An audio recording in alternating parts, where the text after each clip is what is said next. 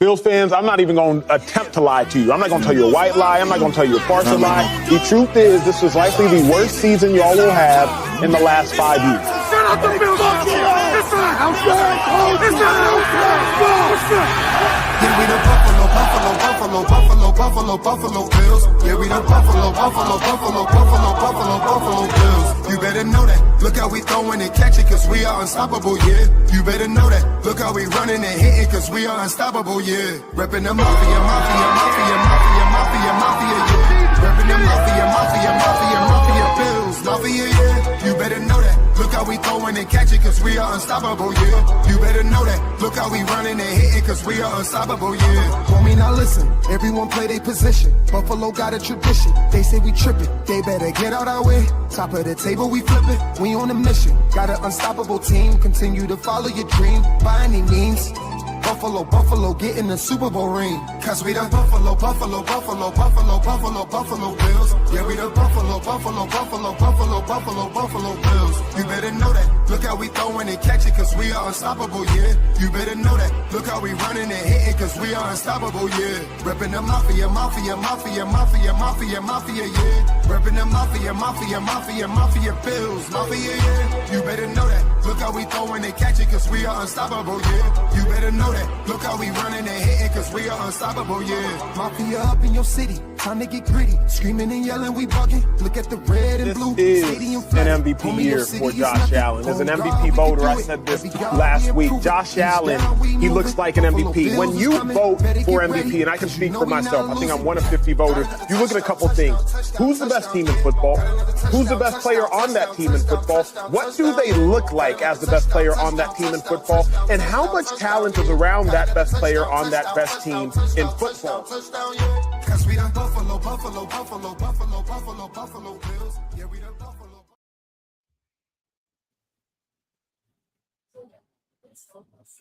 Welcome back to another episode of Coast to Coast.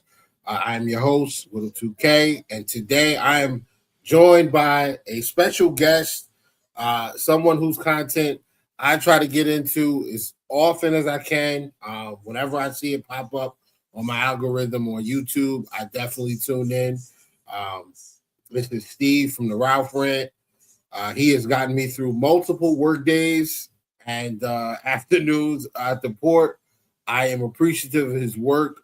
Been looking forward to this for a minute and finally got an opportunity to get him on the Do Champions and Do Champions channel and the Coast to Coast pod. Today, guys, we will not have Beyond. Beyond will not be with us as well. He's still, kind of making his way back from the East Coast back over to the West Coast because, if you've been here for a while, Coast to Coast is East and West. I'm the East Coast representative. Beyond is the West Coast representative, but we both hail from the great state of New Jersey. And, so Ralph, excuse me. Welcome, man. Welcome, Steve. How you doing? Whittle, thanks for having me on. What an honor. Yes, it's been too long. We should have done this long ago, but here we are. And what better time? We've got a week and a half until training camp starts? Actually, 6 days, right? Yep. And very, very exciting coming into this season. And it's exciting to get on your show because I've had a lot of opinions on what I feel has happened with the Bills in this offseason. And that actually within hours of the end of that divisional playoff loss to Denver and what started with Terry Pegula's decision. And I'm excited about where the Bills are heading because I think this is going to be really, really different this season. But how have you been doing? It's good to see you here. Man, I've been good, man. I've been good. I can't complain. I've been working a little bit. The Heat, I've been working. Well, I'm not going to say working a little bit. I've been working a lot lately. The Heat is really kicked up a notch over here in Jersey. I'm sure you guys are catching it. I'm sure Buffalo's catching it. Steve, are you in Buffalo? I'm actually in Southeast Michigan. I did grow up in Buffalo, and In fact, was there just a couple of weeks ago. We did actually a video stadium walk around there on Father's Day. So I was there for a few days then. And boy, the building is amazing. I live, of course, around Detroit, and I pity the Lions being the first team that has to go in for a regular season ball game there. I pity them. Okay. I hear that, and yeah, I hear that, man. I don't know. I've made my we've done like season predictions and things like that. I actually have that as a loss for us. I actually have us opening the new season. Yeah, we've beaten them like 5 times in a row or something like that. And I just think at some point, Detroit's a really, really good team. Every time we played them the last few times, it's been towards the middle or the later end of the season, and they've had some injuries. And, we've managed to put up points on it, but also, kind of get stops, when we needed it. So I just, at some point, man, I just think at some point you can't keep beating the team, which is why I also have us winning week 1. Well, I actually think the Bills go probably 4-0 to start the season. And I think, based on some of what you're saying, I think they go into Houston and actually win in that building. And I think the Lions actually are in a bit of a decline.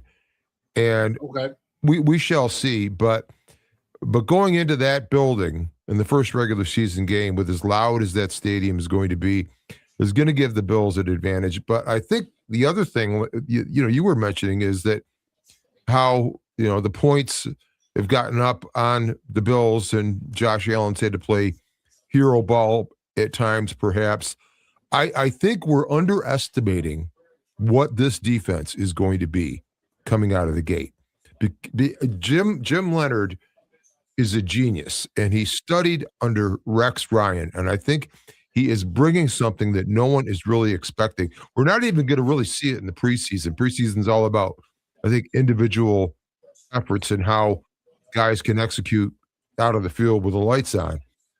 But I believe we're going to see something really different from this defense. And I think based on that, I don't think teams will have seen it, but it's going to be a different attitude, I think, overall on the Bills. And that's why I'm excited about this season. I think Sean McDermott was actually standing on their shoulders, putting his weight on the team rather than trying to give them that last boost over, the wall to get to the Super Bowl. I think McDermott was great for bringing them from where they were, but as far as taking them to the promised land, so to speak, I think it's like the biblical thing with Moses, honestly. So that's why I'm excited about what the Bills, I think, are going to be able to do, because they don't have that weight and the rigidity of the process on them any longer, in my estimation.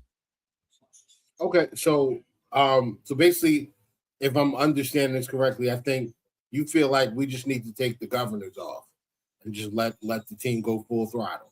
Unleashed. And I think what kind of transpired, I mean, with McDermott was great. And he came in and he was a relatively unknown prospect for probably not the most popular job in the NFL at that time, but comes into the Buffalo Bills. He wants to do well. He's going to turn over every stone, look under every pebble. He's going to find every answer he possibly can.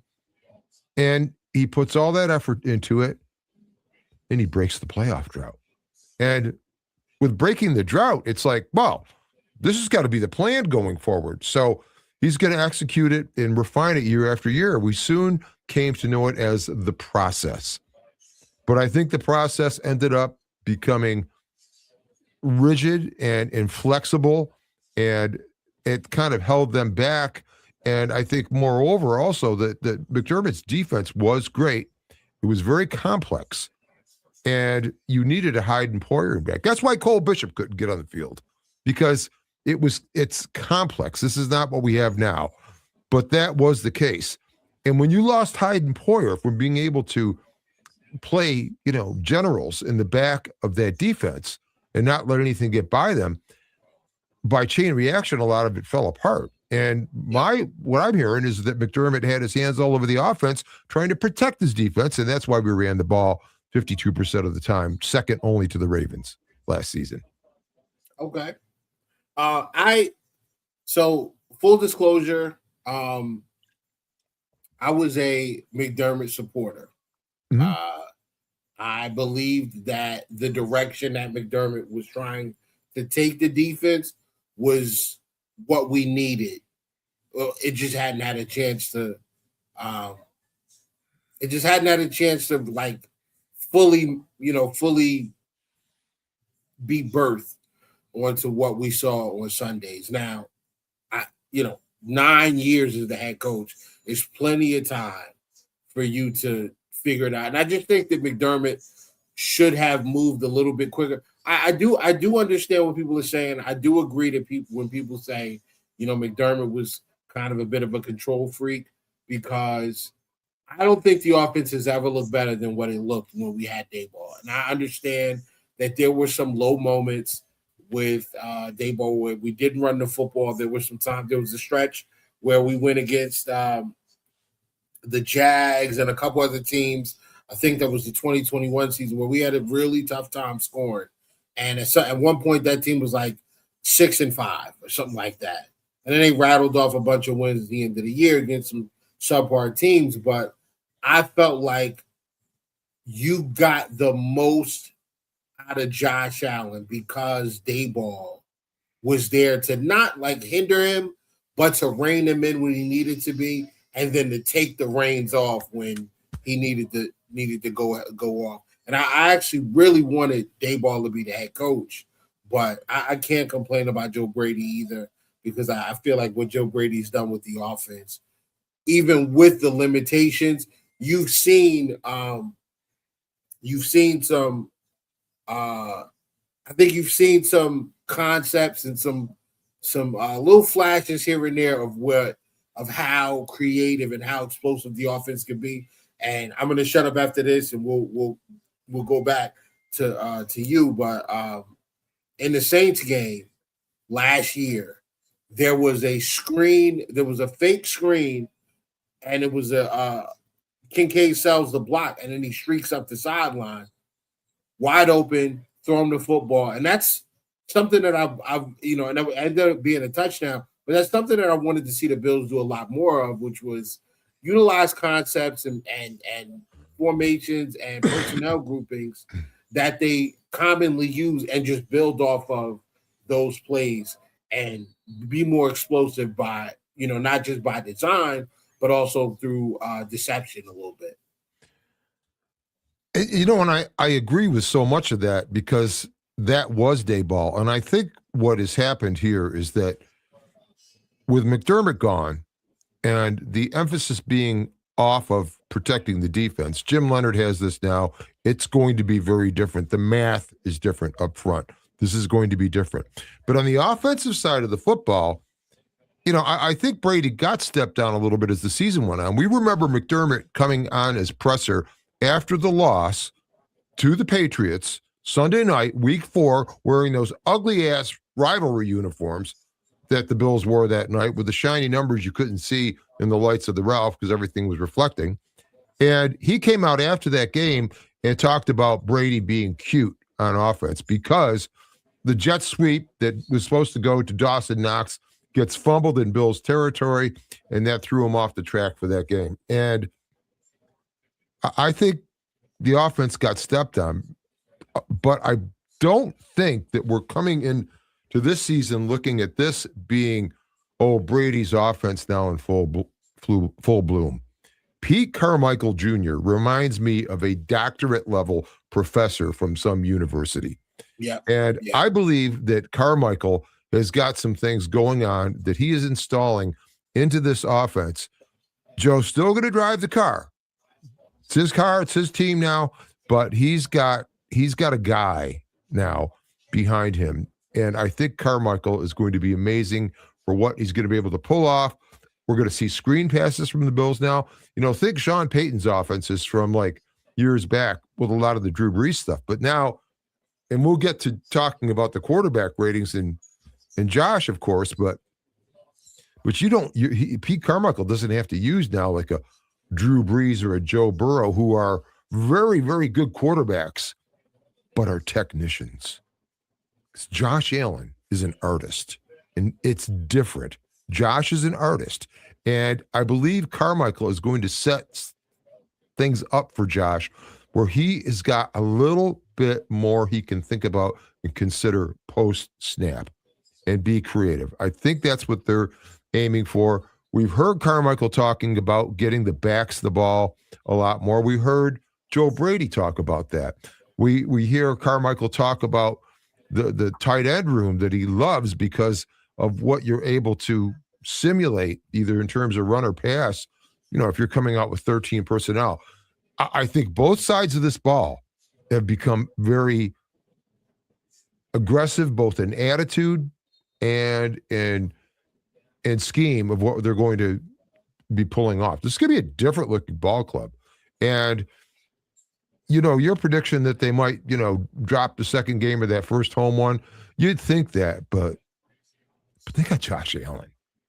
And it's like Joe Brady says, we don't have to play them. They got to play us. They got to come play Josh Allen and the Buffalo Bills. And I believe Brady believes this and feels this, and I think there's going to be an attitude on this team and an attitude on the sideline like we have not seen in years, because this is going to be a bunch of dogs, man. And you saw Bill's sidelines in seasons past, kind of quiet. Josh gets the deer in the headlight look. Now he's got Bo Hardegree to come up to him and take him by the lapels and say, "Come on, Josh, snap out of it," or whatever. And we heard Brady say Hardegree's not here to be Josh's friend as the quarterback's coach. So I knew this would happen. I'm yakking and stealing time here. So, but you're good, man. You're good. Like everything that you're saying right now are things that we've talked about on this pod. And I mean, we've talked about them because they've been issues, they've been problems, they've been things that I've wanted to see change for years now. I hated the moment Dayball left, and Dorsey became the OC, and he sat in the booth, and it's just like every time you turn around, Josh Allen sitting on the sideline by himself. Nobody's over there talking to him, and I have my Stephon Diggs is was one of the great ones that we had, but and I got my qualms with him for that drop in the playoffs against Kansas City in 23. Yes, and I never believe in showing up your quarterback. I've spent a lot of time in the military. You treat the people you serve with respect. I think that was a lack of respect, what you saw on the sideline against the Cincinnati Bengals. I didn't like it. I understood it, but I didn't like it. So we needed somebody else to do that. And I didn't really feel like it was his place.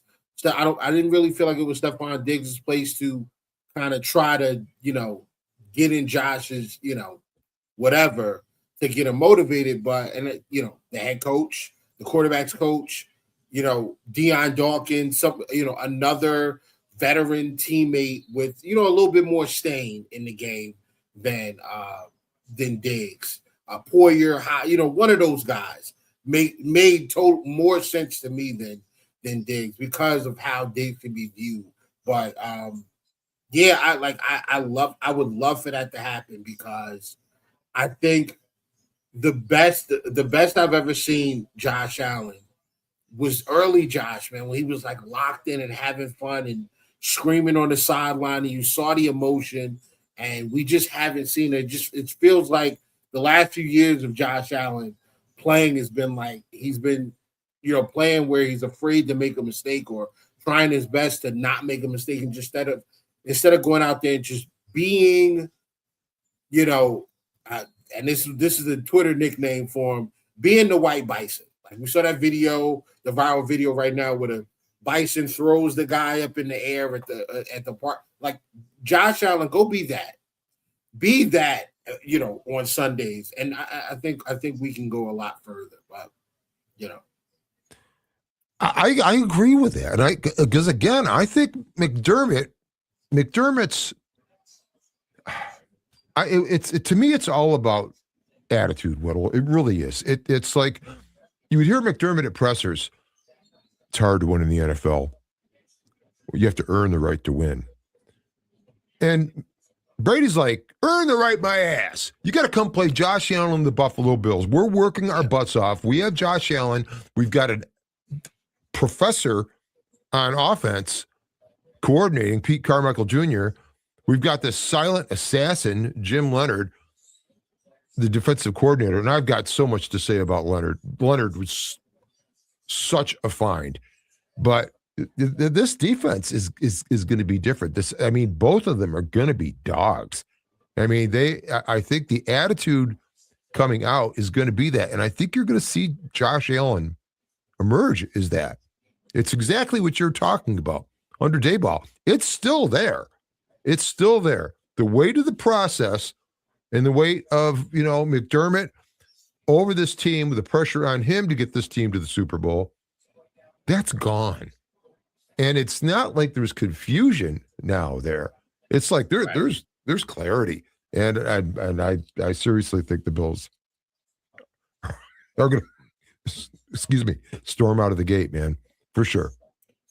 I'm glad you mentioned the attitude, that the change in attitude, and that's a perfect segue for something that I did want to mention.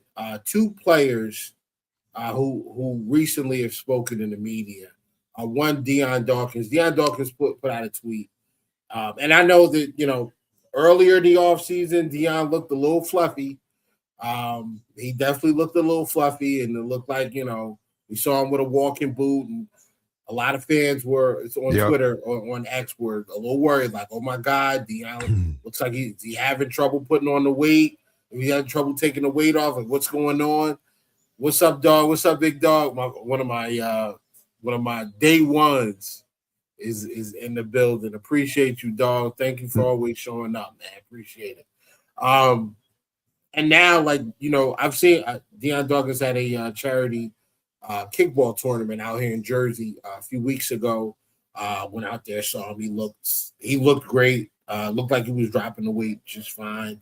And and then you saw the video of him in the gym working out, and Ocho Cinco's there, and he looked really slim. And then Deion puts a tweet out. He says, "I'm going to play lighter than I've ever played since this is the lightest I'm going to play since my rookie year." And that, for me, I absolutely love that, because that means he's going to be quicker, he's going to be faster, and my God, do we need that with this schedule that we have this year? First week one, you're going up against the best edge duo in the NFL. We got Max Crosby on this schedule. We have the kid out of Hutchinson in Detroit. He's on the schedule early. You got Myles Garrett in week 6. That's a load early on. Like the first 6 weeks of the season, you're going up against some of the best edge rushers in the NFL, and Spencer Brown is like the mountain from Game of Thrones. He's just like 6'7", 6'8", 240 pounds, and he doesn't look like he looks like he's just built solid, and he's strong as an ox. Now, if you give me a light Deion with that foot speed, his quickness, his raw athletic ability, just like natural athleticism out on the edge, I think we stand a chance against the Texans. I think we stand a chance of really giving Josh Allen the opportunity to kind of sit back there in the pocket, be comfortable, and make plays down the field. And there should be a ton of space available to make plays down the field, because you actually have a boundary threat who can win against some of the better corners in the NFL, and not just win the route, but actually make the catch downfield. No shot at Brandon Cooks. I think it was a catch too. But listen, DJ Moore, came up big for the Chicago Bears last year. He's been a consistent 1,000-yard receiver with really bad quarterbacks throughout his career. I think he's getting an opportunity to come to Buffalo. with a little bit of a chip on his shoulder because he kind of just got thrown to the side by the Bears. And on top of that, he's playing with the number 1 ranked quarterback going into the 2026 season, Joshua Patrick Allen, one-time MVP, King of the North. Who has DJ Moore played with? Nobody. Are you kidding me? Bryce Young? Caleb Williams? What DJ has, I watched some film on DJ. DJ's fast. He gets open. He's slick. He's powerful. And he does one thing that I have not seen any other receivers do anything like this. And that's his late hands. Because when you watch him catch balls, the hands are out like a nanosecond before the ball arrives. He is not telegraphing for like a second and a half or a second and a quarter. Here comes the ball. He's not doing that. He's like this. And what's going to happen is guys in man coverage that are looking at him and waiting for that reaction of the ball coming. I mean, he doesn't do it. It's like natural. I don't think it's something he even learned. It's just he is on the ball at the very last second, so it can't be anticipated that he's catching the ball. And based on that, he's going to be catching balls that some other guys, I mean, they're not going to be able to touch because of his reaction and how quickly and well Josh can get the ball to them. And when that happens, DJ Moore is going to act like gravity because he's going to draw attention to him. And you're going to get like guys like Khalil Shakir. And I'm sorry, Keon Coleman is going to be a force this season. You heard it here.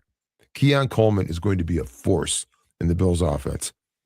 But you get all of this going. And then you've got Pete Carmichael also bringing back a screen pass, a real running back screen. That's part of the reason why Dion losing that weight. Because he's told Pat Meyer, the Bills' new offensive line coach, guys, we're going to have a screen. We've got Ray Davis and Ty Johnson. My God. I mean, Ray Davis and Ty Johnson could kill on screen passes. Bills just never ran them.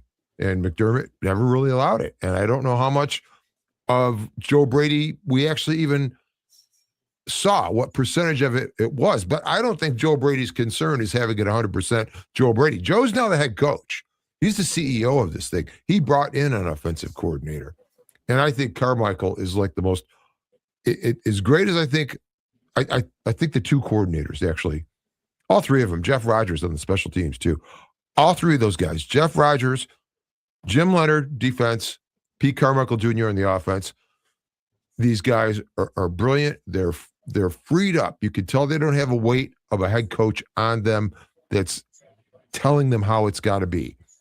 They're brought in there as experts, and Brady wants to be the dumbest guy at the table. He wants everybody else with these answers. That's a perfect CEO, and that is why he has this job, not to create continuity so we still have at least an offense going while, the team changes because now McDermott's gone. No, it's he's the CEO of this.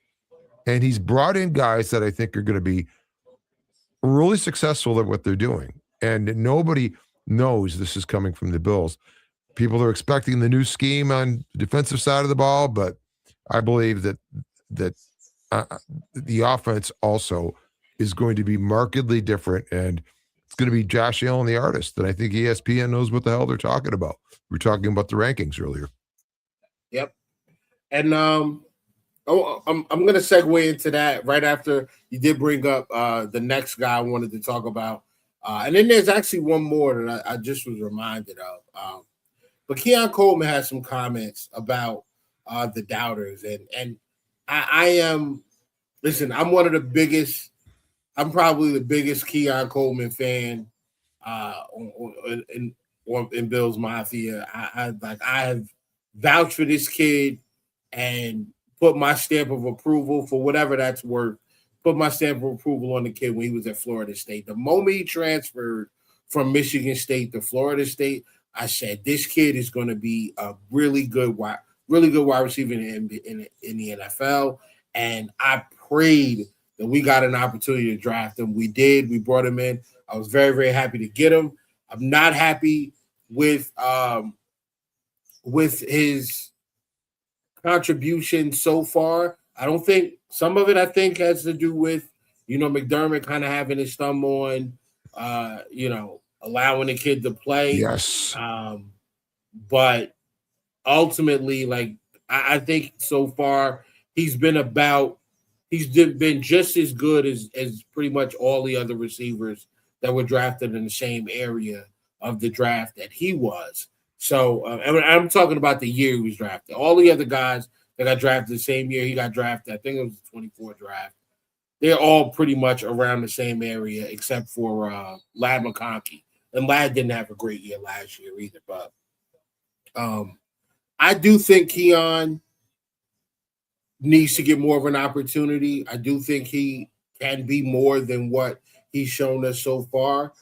But the comments of, people criticizing him and hating, or he calls them the haters and things like that, saying that, none of these guys are going to lace him up and stand in front of me. And it's like, yeah, duh, bro. That's obvious.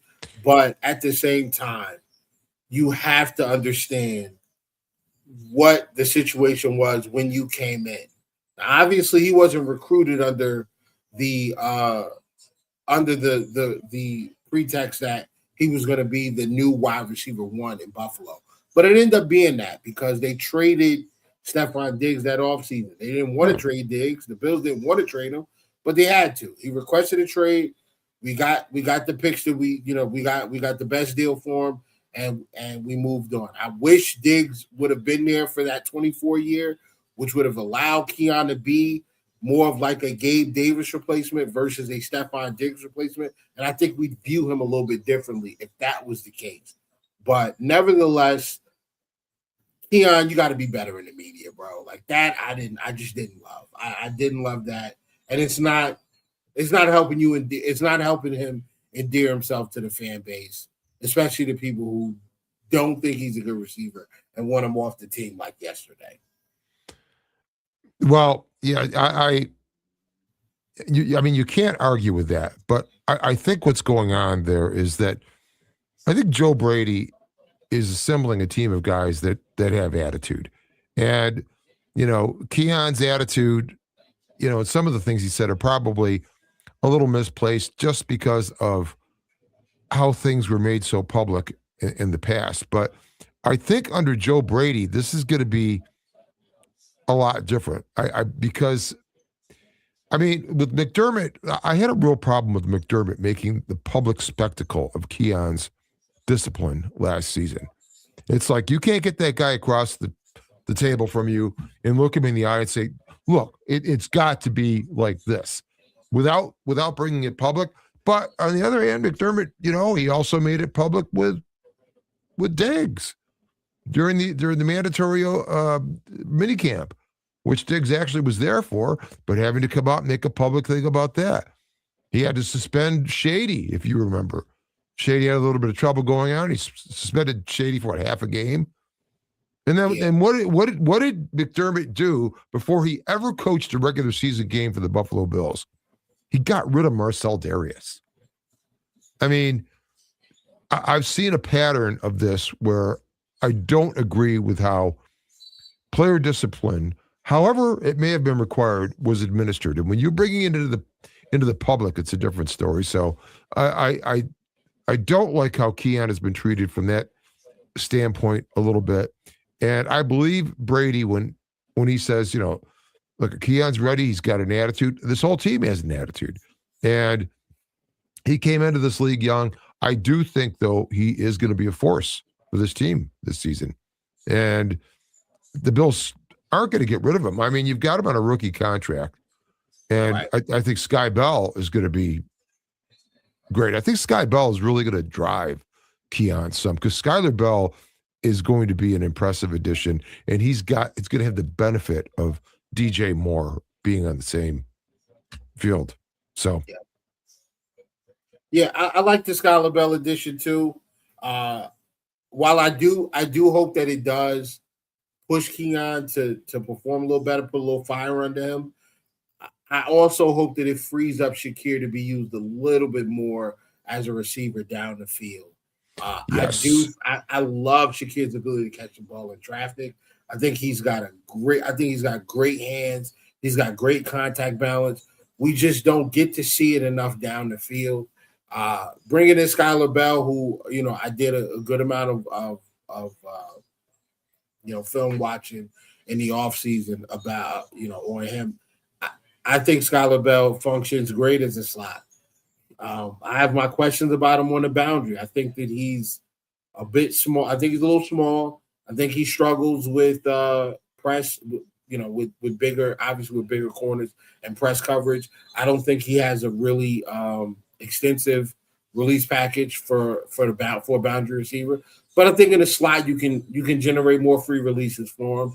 And getting him out of space, man, like the kid is he's got an extra gear.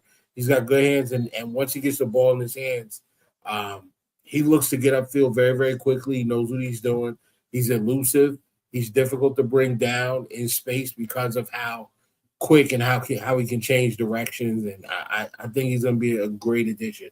Him, Shakir, and Keon make me feel better. Feel a lot better about Josh Allen's second half of his career.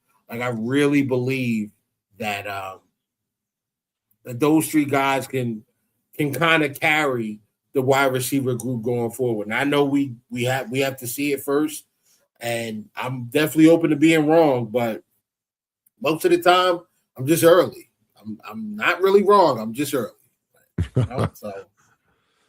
Well, I mean, it's a full receiver room for sure, and of course the Bills just got rid of one and brought in another 6'5" Quentin Skinner, and I mean that's interesting also. 6'5", 195, and it's another guy with attitude, and it's interesting to see what will happen with this receiver room. The Bills have kept 6 year after year after year after year, so I'm not anticipating that to change, although we do have a new regime here.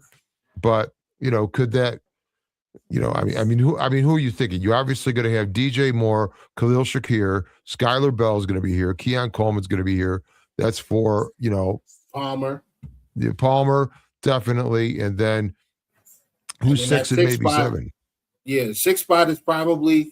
I mean, it depends. Like, I don't know what they're going to do with Mecole Hardman. I know I believe they signed him to a futures deal. So there's Hardman. Hardman is there. I mean, the kid that they just brought in. You still have, guys from the training camp. Guys that were on the practice squad last year, like Steve Gosnell. Yep. And the guys, Shavers is working his way back from tearing his ACL. So he's probably December though, right?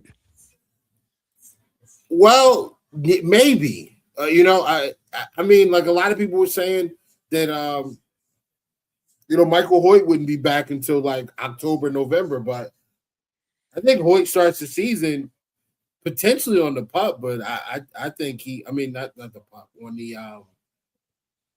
the short term IR, but I think Hoyt can probably start the season on the 53. He looks like he's going to get there. And I wouldn't be surprised. It would not shock me if Shaver shows up in October, man. That would be great to see. Now you're talking about one of those receiver spots again there, because Shea's really proved himself last season for sure. And then as far as the rest of the receiver room goes, maybe they go 7, but it depends on who you're actually considering to be your returner. And I don't know if that's ending up to be a receiver. And we're talking about a punt returner likely. I think you see Ray Davis and Ty Johnson on the kickoff again, but punt returns would be interesting. That might be actually Bell out there early. I could see Bell. The other one that's a possibility there is D. Alford.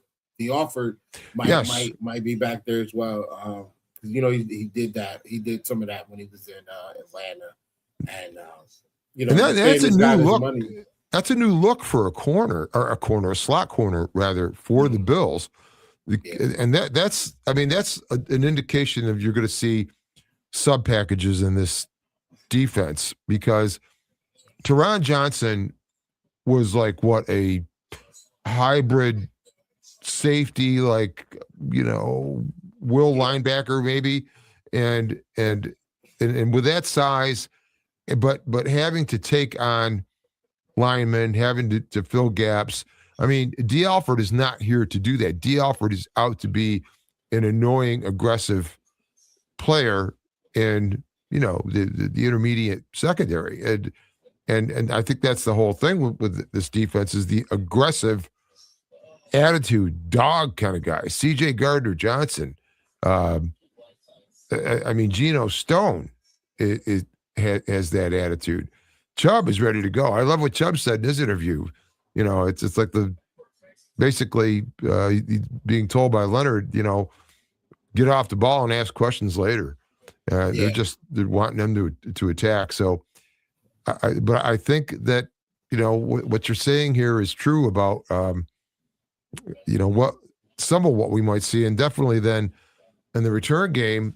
Again, you've got Jeff Rodgers in as the new special team. So this is all going to be pretty interesting.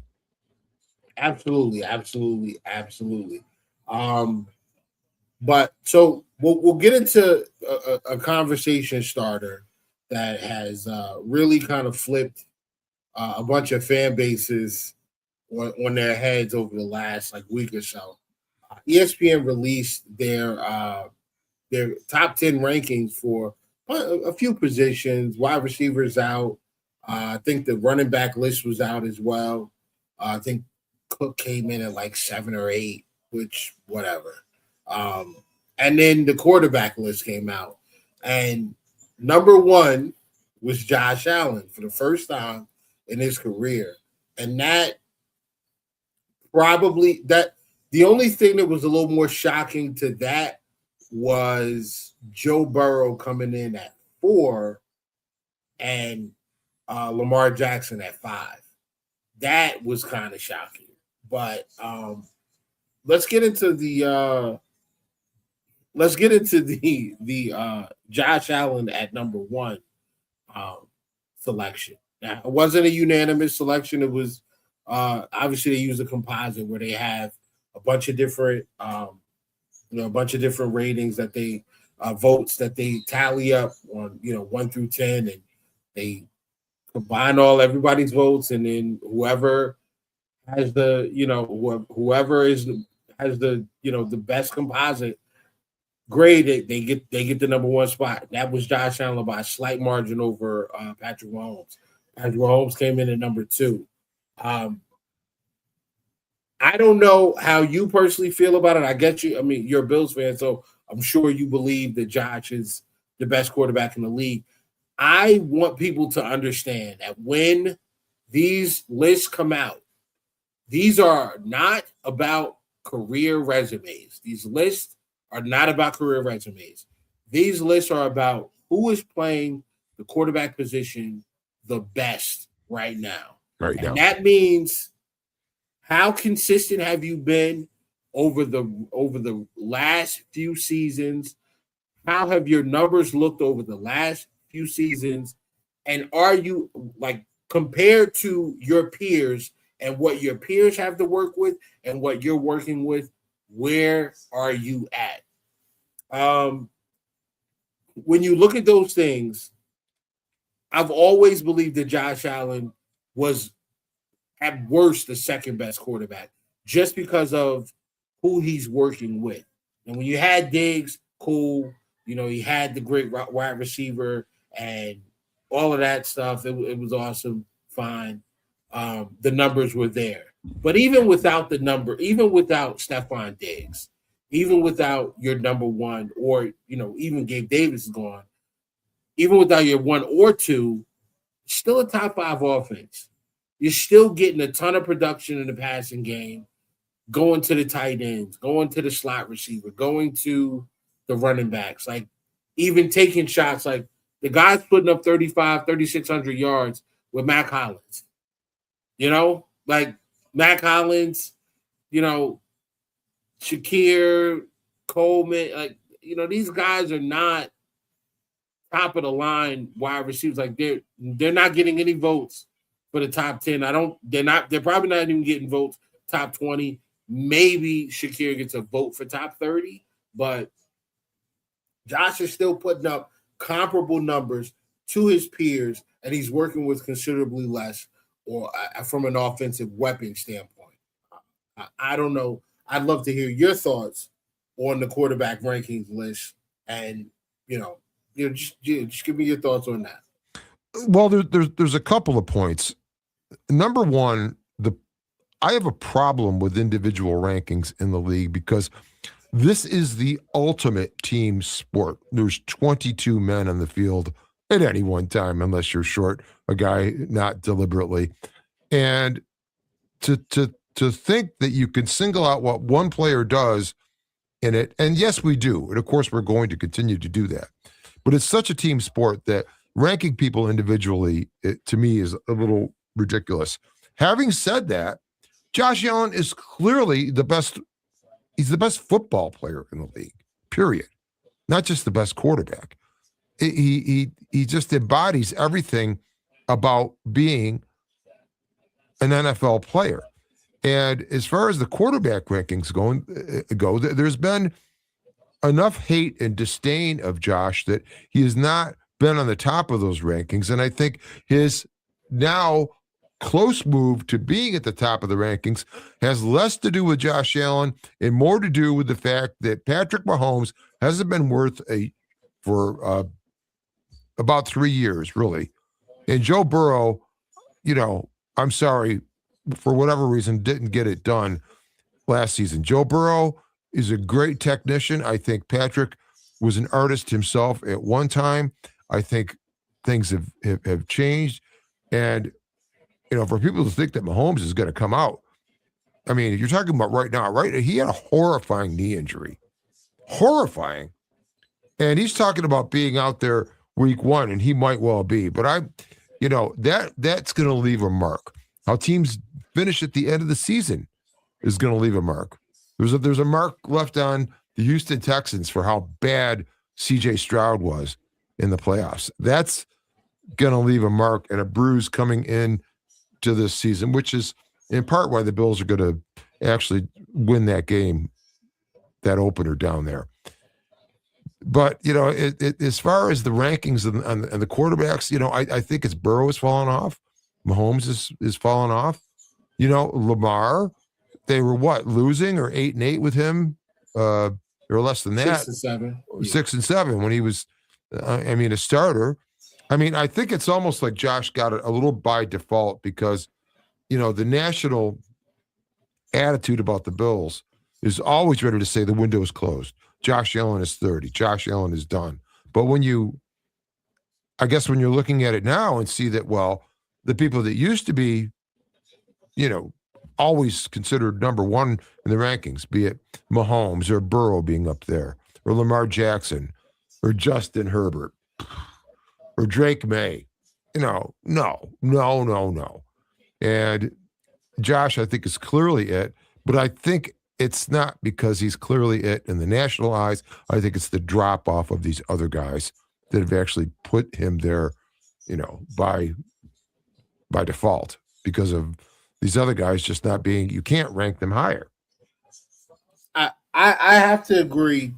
I have to agree with the trepidation of what Mahomes is going to be coming off of the injury, coming into the Chiefs, coming back to the Chiefs. And the Chiefs not, they traded away a couple of really good players. They let a couple of good players walk away, but they also drafted well. So, yeah, it may take them a few weeks to get, back into the swing of things. But I think the drop-off of Patrick Mahomes' play is a little bit overstated. While he has not put up, elite. I can't even say he hasn't put up elite numbers because I do think last year I believe he was like top 5 in passing yards and passing touchdowns and completion percentage and all of that before he got hurt. And I know even though he was doing, I think he was playing as well as he could given the circumstances of the rest of the roster. Well, part of his numbers were because they couldn't run the ball, and Right. and I do think that, but I mean his numbers have been off for like 3 years, and Well, what do you mean by off though? Like he's still, yes, he's not Patrick Mahomes from 2021. Like I understand that 2020 and 2021 Patrick Mahomes was a different breed of player. But the roster is different too, and I think what he's being asked to do with the teammates that he's been given, I think when you look at it, like I think he's doing enough. It's the rest of the team. The rest of the team has to put the offensive line has to play better. Their offensive line has to play better. I think Pacheco, they got the most they could out of him, but he had vision issues. And bringing in Kenneth Walker III, I think is going to help. But Travis Kelce's old. He's old. He's old. Rashee Rice has been injured or in trouble, and Worthy, he's 6 feet tall, 165 pounds. Like I don't know why. Even when the draft was when it was him versus Keon Coleman, I was so happy we didn't take Worthy. Like, yeah, great. The speed's awesome. He can't get off the line. If he has to play against a physical corner that can run a little bit, he can't do anything with that. So I just think that what's happening to Patrick Mahomes is he's starting to get the supporting cast that Josh Allen has dealt with over the last couple of seasons. And now we're seeing how difficult it is to produce at a high level when you don't have the elite level talent around you. Like Josh is still putting up great numbers against his peers. I also don't like the Joe Burrow that Joe Burrow's falling off. I don't think Joe Burrow's falling off. I think Joe Burrow consistently puts up big numbers. He consistently throws the ball well, and I get it. His receivers are awesome, and the offensive line is finally playing better. But Chase Brown ran for over 1,000 yards for the first time last year. He is a very good all-purpose back. He does catch the ball out of the backfield and things like that. But outside of Jamar Chase and T. Higgins, what else do they have? Like, let's be honest. The defense stank. The defense was terrible. The offensive line is they put together a solid offensive line for the first time in years last year. And the guys that outside of the two receivers, what does he have? Like, it's a bunch of reclamation projects at tight end.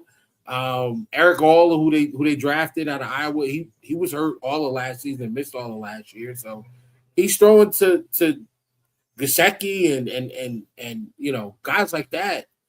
I mean, I gotta give Joe Burrow a little bit more credit. And then when he does play, you don't see. I don't see a drop off in his play. I still see the ball snapping out. I see him getting the ball into spots where it needs to be. I think his pocket navigation is excellent. I don't see the drop off now. Lamar Jackson's a different story. Last year, Lamar looked like a different quarterback. From what he looked like in week 1 and week 2 early on in the season to after he came back from that injury, just did not look like the same player. The team wasn't good. They suffered some major injuries, poor coaching as far as their defensive coordinator was concerned. But you just didn't get the same. I just didn't get the same feeling. It felt like Lamar fell off last year. So him still being in the top 5, I get it, but I don't have an issue with it. And that's just where I'm at in that top 5, man. Yeah, we have to look at just the overall season effects too. The Bills dented the Ravens badly on the Sunday night opener. Yeah. I mean, they never really recovered from that. And that stuff has an effect. Look at the teams that have gotten basically essentially blown out. in the last 2 Super Bowls, Kansas City and New England. And we saw what Kansas City became coming out, after getting pounded by the Eagles in the previous Super Bowl. Those things at the end of the season leave a mark. There was a mark left on the Texans, and the Bills will take advantage of that down at NRG to open the season. I believe that. And, the Bills, fortunately, except for that loss to Cincinnati, the 27-10 and the DeMar year, and that was the day after Brittany trashed Josh's house. Yes, they got beat badly then, but they don't get clowned in the playoffs. And this is why, another reason why they come out looking good to start the year. And I think that'll be the case this year. But I think moreover, we're going to see, I don't think New England, I don't think they're going to be what they were last season. That was one of the third easiest strength of schedule in history or something that they played as a 4th place schedule last season. I know it's only 3 games different, but it makes a difference. And yes, part of their 10-game winning streak, game 2 of that came against the Bills. The Bills also ended that winning streak too. Right. So, right. But I think that has an effect. And again, the end of the season for Burrow wasn't great. And they're, playing in what was it was an interesting AFC North last season. I mean, Lamar's out for most of it. The quarterback situation is trying to solidify in Cleveland, and you've got Aaron Rodgers in Pittsburgh. Well, I guess they're going to run that over again, and then Burrow, who was out for a bit again to the start. He had the injury, and he comes back against the Bills. Looked great for 3 quarters until got it right here. Until Mr. Benford grabbed that ball. Yeah. No, I think I pulled my headphones out here. Hang on. No, I can hear you. Process. Okay. You can't hear me. In the process of grabbing that laminated ticket. Yeah, that's Christian after he returned that ball from Burrow when he snagged it at the line of scrimmage. So, but I think, Josh gets it by default. But I do think that Josh is positioned to have a tremendous year, because I think we have something that's back closer to, but even further than that from what we had with Daboll, because Daboll was not the head coach and McDermott was, and there was I think there was some of this and low friction, absolutely. Yeah. And McDermott, of course, is the defensive head coach. That's just a thing, just like offensive head coaches. But I think this year is going to be really interesting, because I think they're going to turn Josh loose, and this whole team really, and I think so. I think the rankings are correct, but I probably think they're correct for the wrong reasons.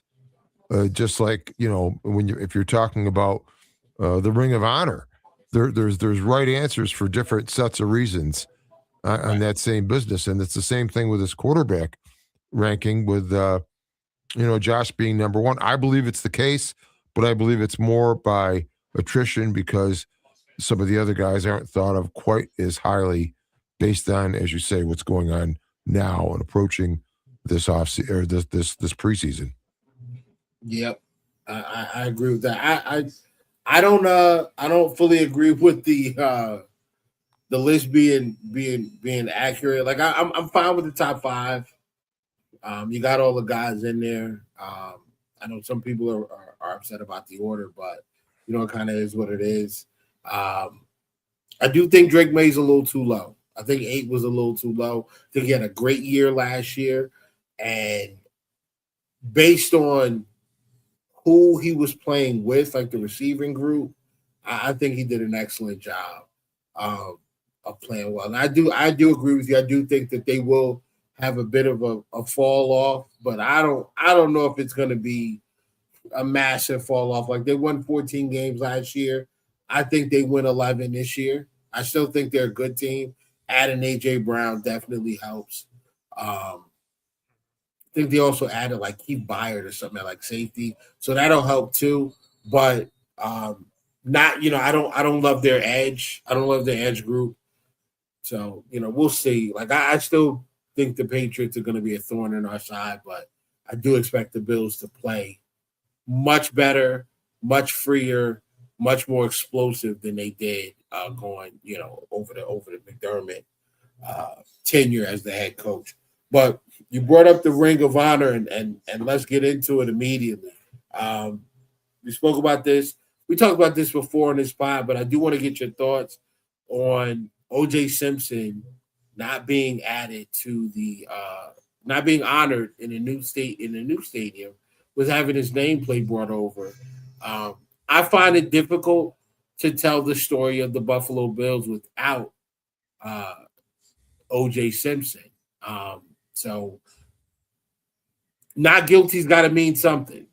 And I can't think of another reason as to why his name isn't being brought over other than that. So if you could share your thoughts, and I'm going to shut up and listen to you. Give me your thoughts on it, man. Go ahead. Well, it's a difficult situation. I mean, I was at the very first game at Rich Stadium, the first regular season game where the Bills beat the Jets, and OJ was on that field. I saw OJ run at the rock pile. I created like this paper mache statue of OJ when I was like in seventh grade or something like that. The juice was awesome. That was a huge part of Buffalo, and he raised the level of the team when he was here, and that was a level that was pretty bad. We're talking about Kay Stevenson as head coach back there, and some others like that, maybe even Joe Collier when he came aboard.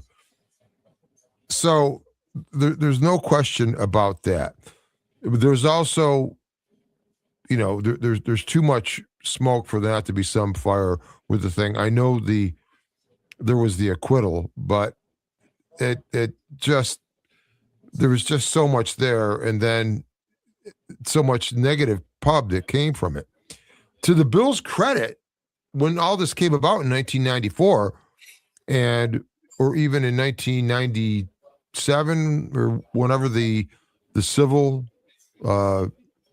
finding was made, the Bills didn't at that point even pull his name off the Ring of Honor. They left it there for some 31 years after all of that went down. And I give the Bills a little bit of credit for that. Now, you do that by not acting rather than reacting. OJ's name is up there. It's the first name to go up inside the Ralph. That's 1980. It stays up there for 45 years, 46 essentially. And then they're going to tear down the stadium, and they're going to build a new stadium. And the new stadium has got a Ring of Honor, but it's only got a handful of guys on it.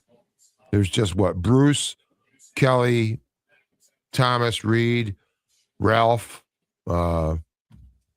just a handful. The rest of them have been migrated out to, and of course the guys like anybody else who was on the Ring of Honor, everybody from, whoever it may be, got their letters sent to them. Spider-Man got his, right? But OJ was the only one that was left out, moving out to where all of the names that were in the inside Ring of Honor now appear, which is in the family circle around the Bison.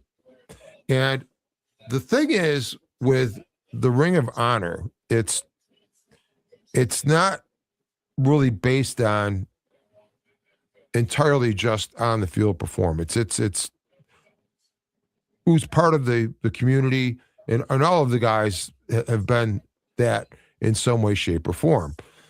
So when it came to moving it out there, though, and it's the family Ring of Honor, and it's not the Hall of Fame, which is more of a museum, and the Hall of Fame is by definition about what was done on the field. And guys don't get pulled out of that. Now, Joe Trier was a great offensive tackle with the Kansas City Chiefs that apparently was a murder-suicide with his wife, and he never got into the Hall of Fame.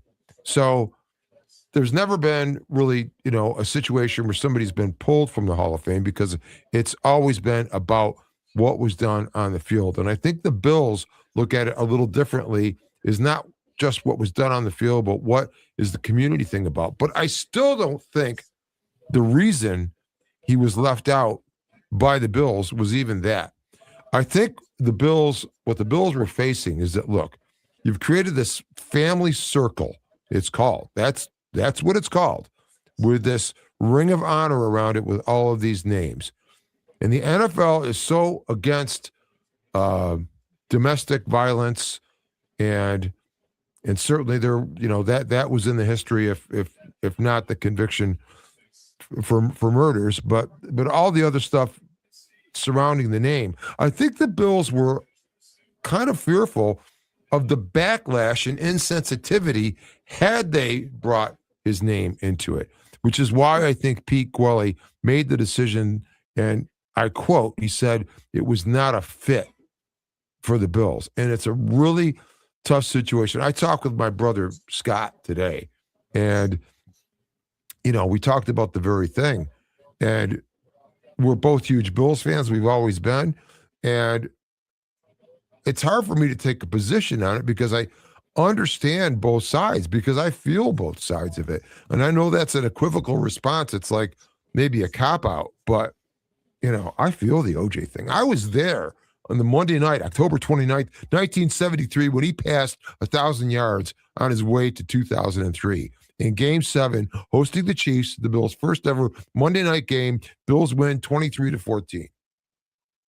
I mean, I was there. I saw that. I was always about OJ, and the things that transpired in his life later are horrifying. And any one of them taken by itself, horrifying for him.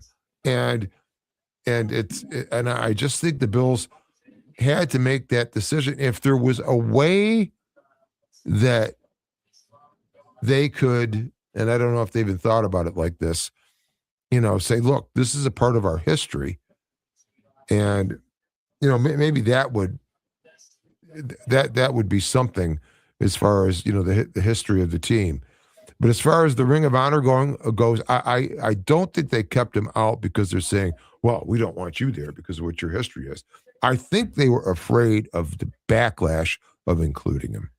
And if you want to call that, woke society, to me, woke is just being like honest. And with the way the NFL is these days, how it's against, domestic violence and so forth. And then some people turn around and say, well, what about Jim Kelly? He beat up his wife in the day. It's not documented. It's documented. He was never charged or, found guilty thereof.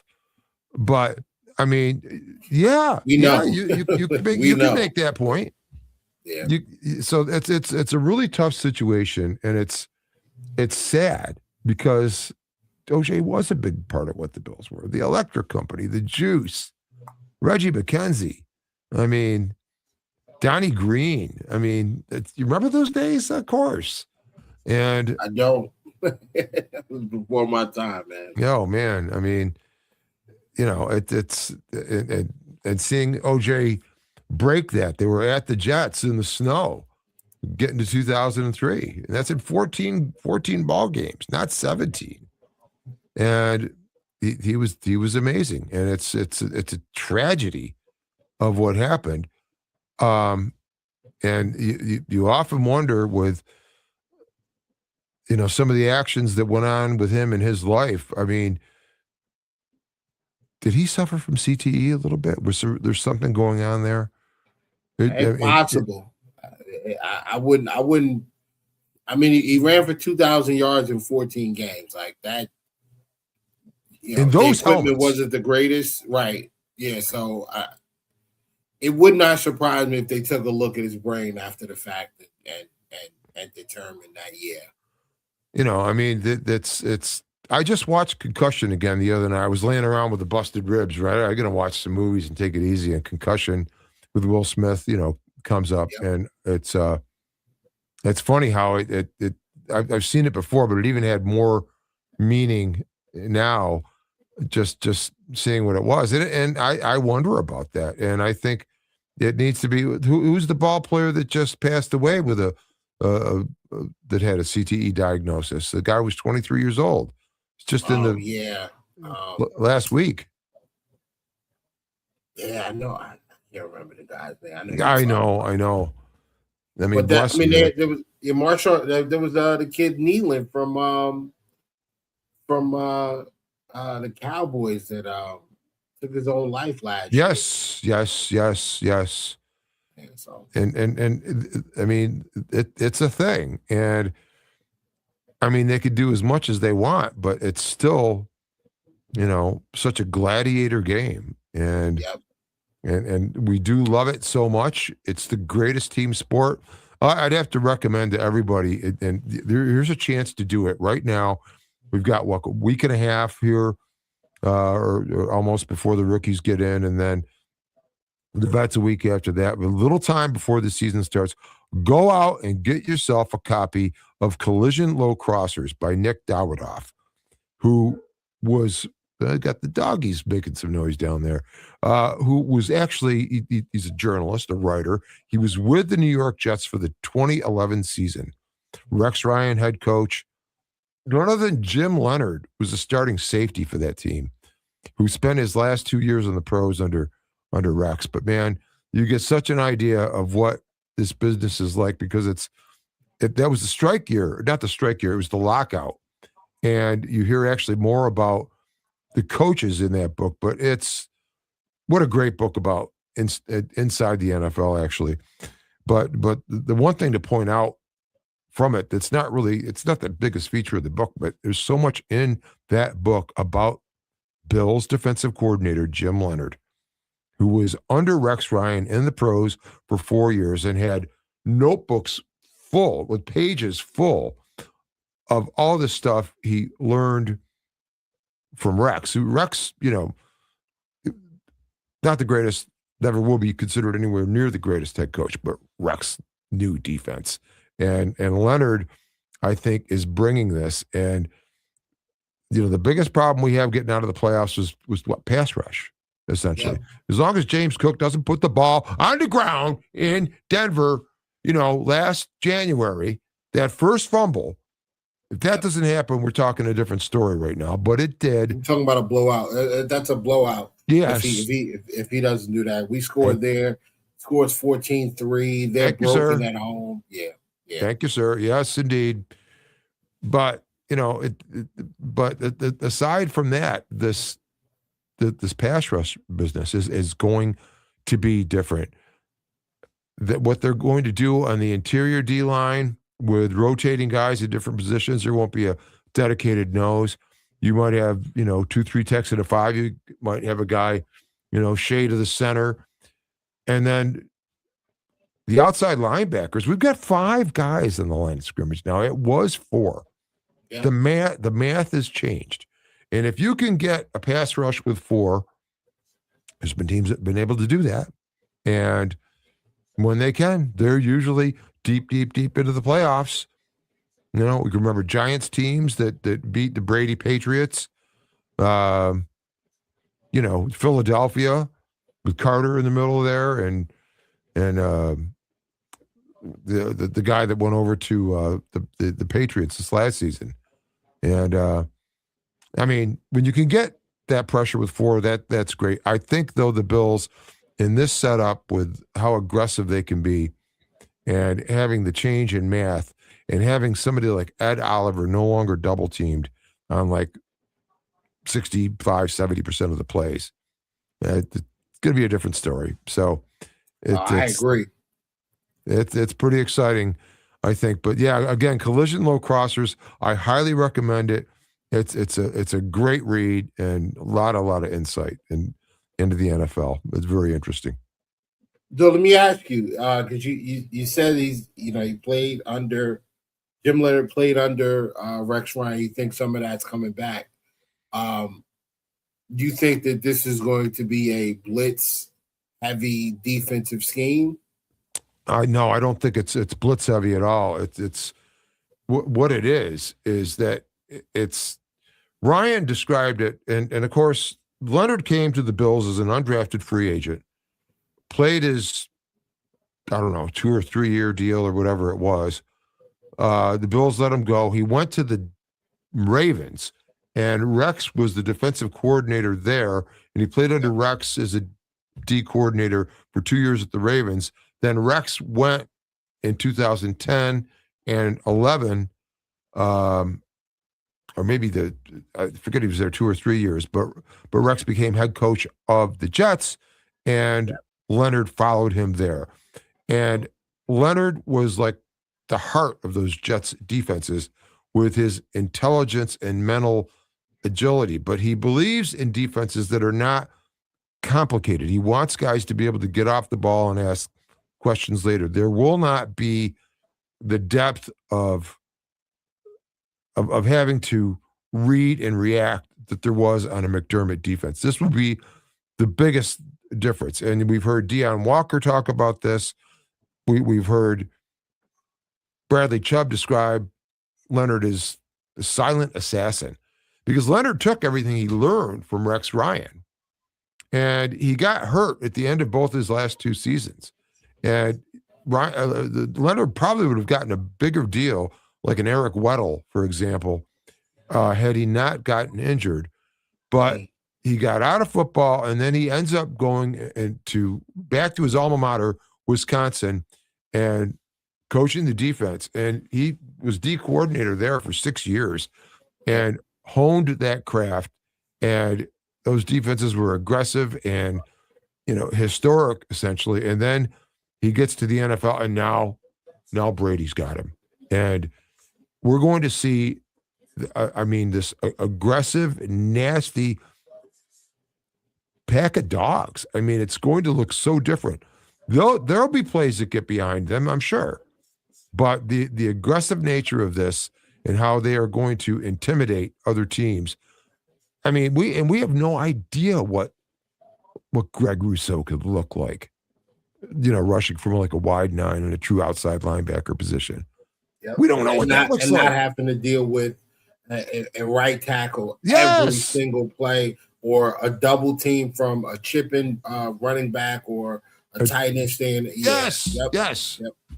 Exactly. And that's and it's the same with that. If they were interviewing Deion Walker, and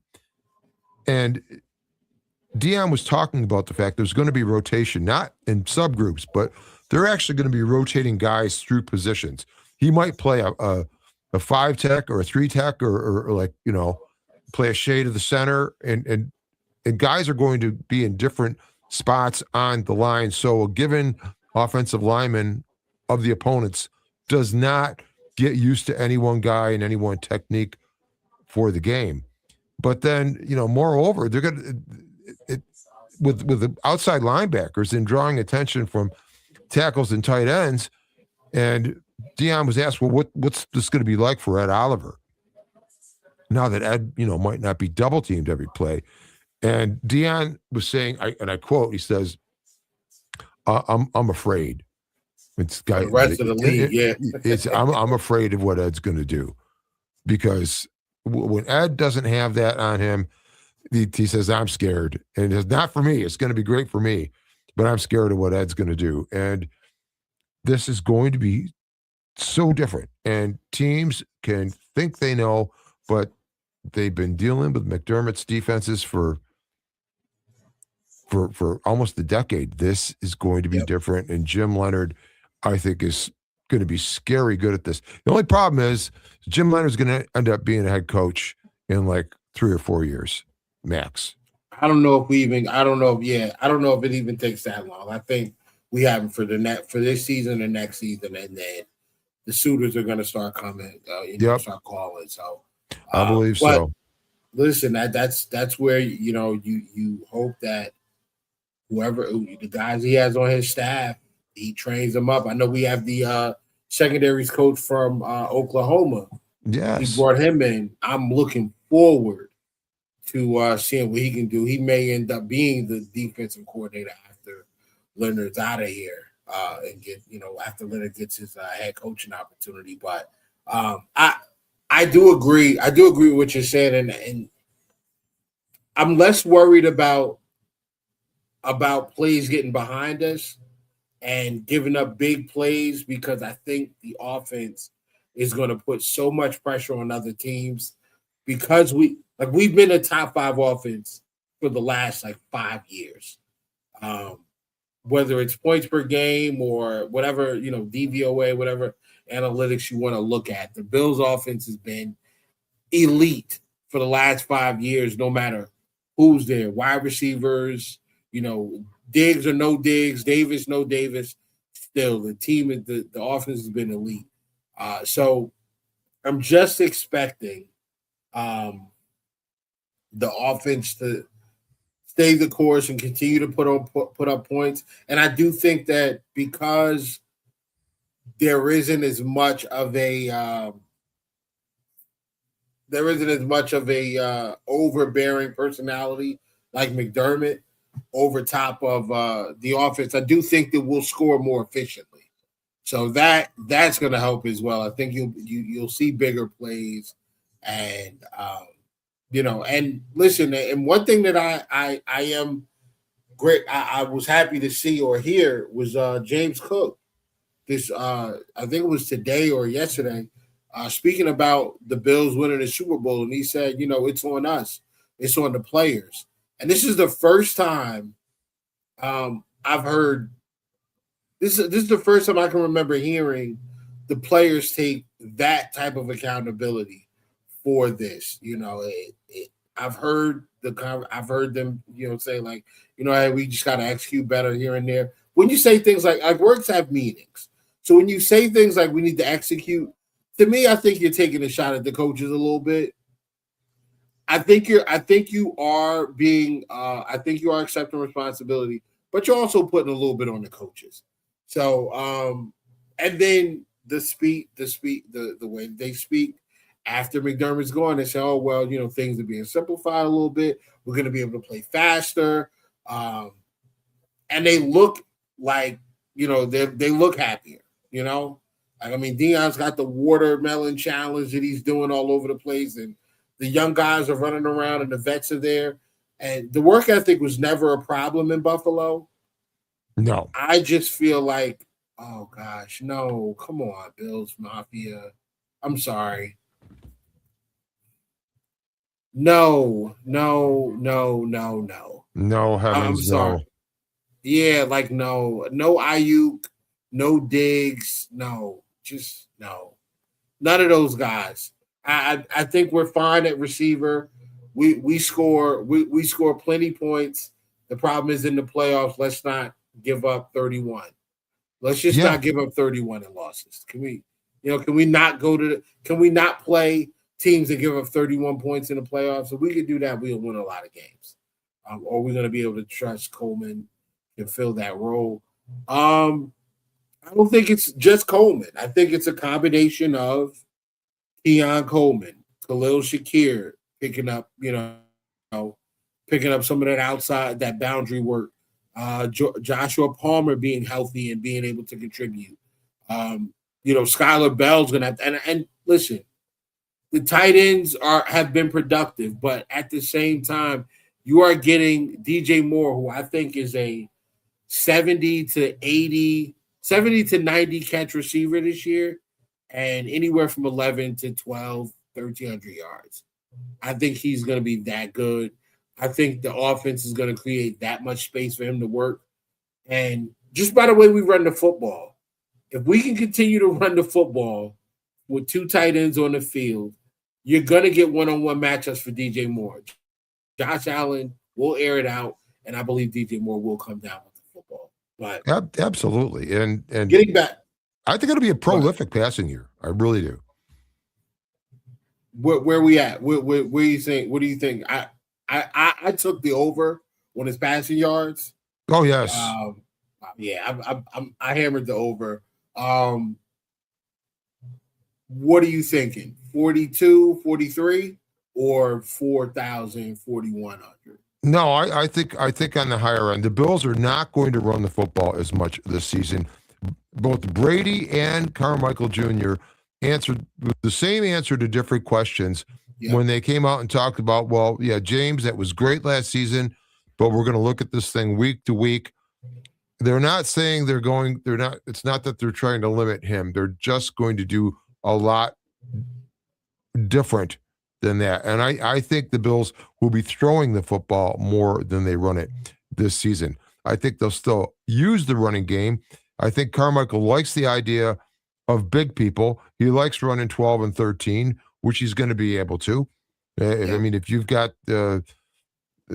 certainly if you got Kincaid, yes, sir, staying in there, and I think Jackson Haas, I mean, that guy, I think he's got potential to do Kelsey type of shit.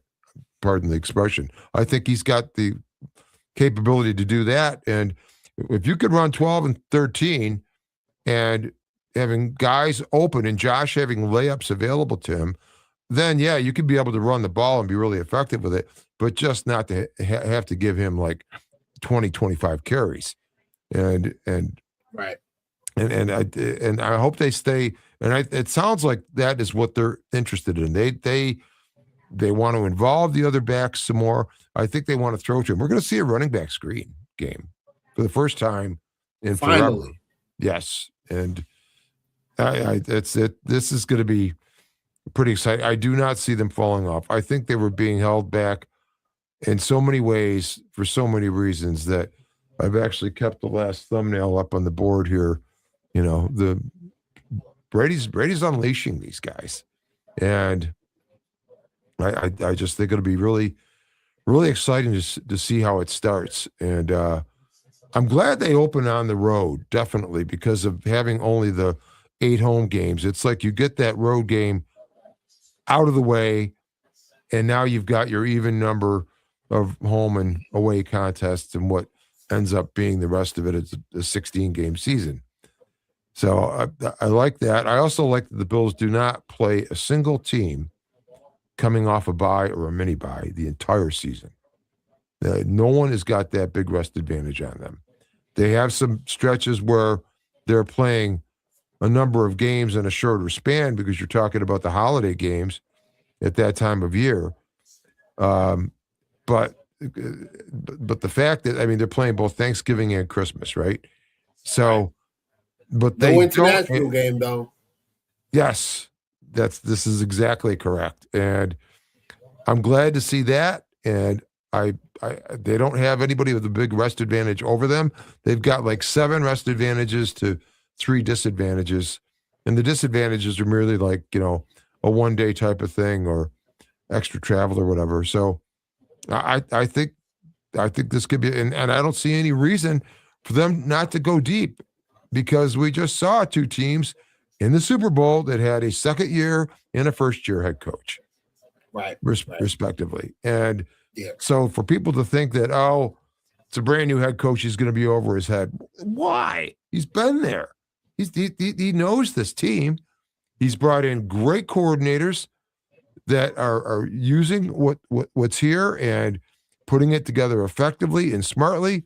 And I just don't think they're afraid of anything. And I think there was fear on this team before.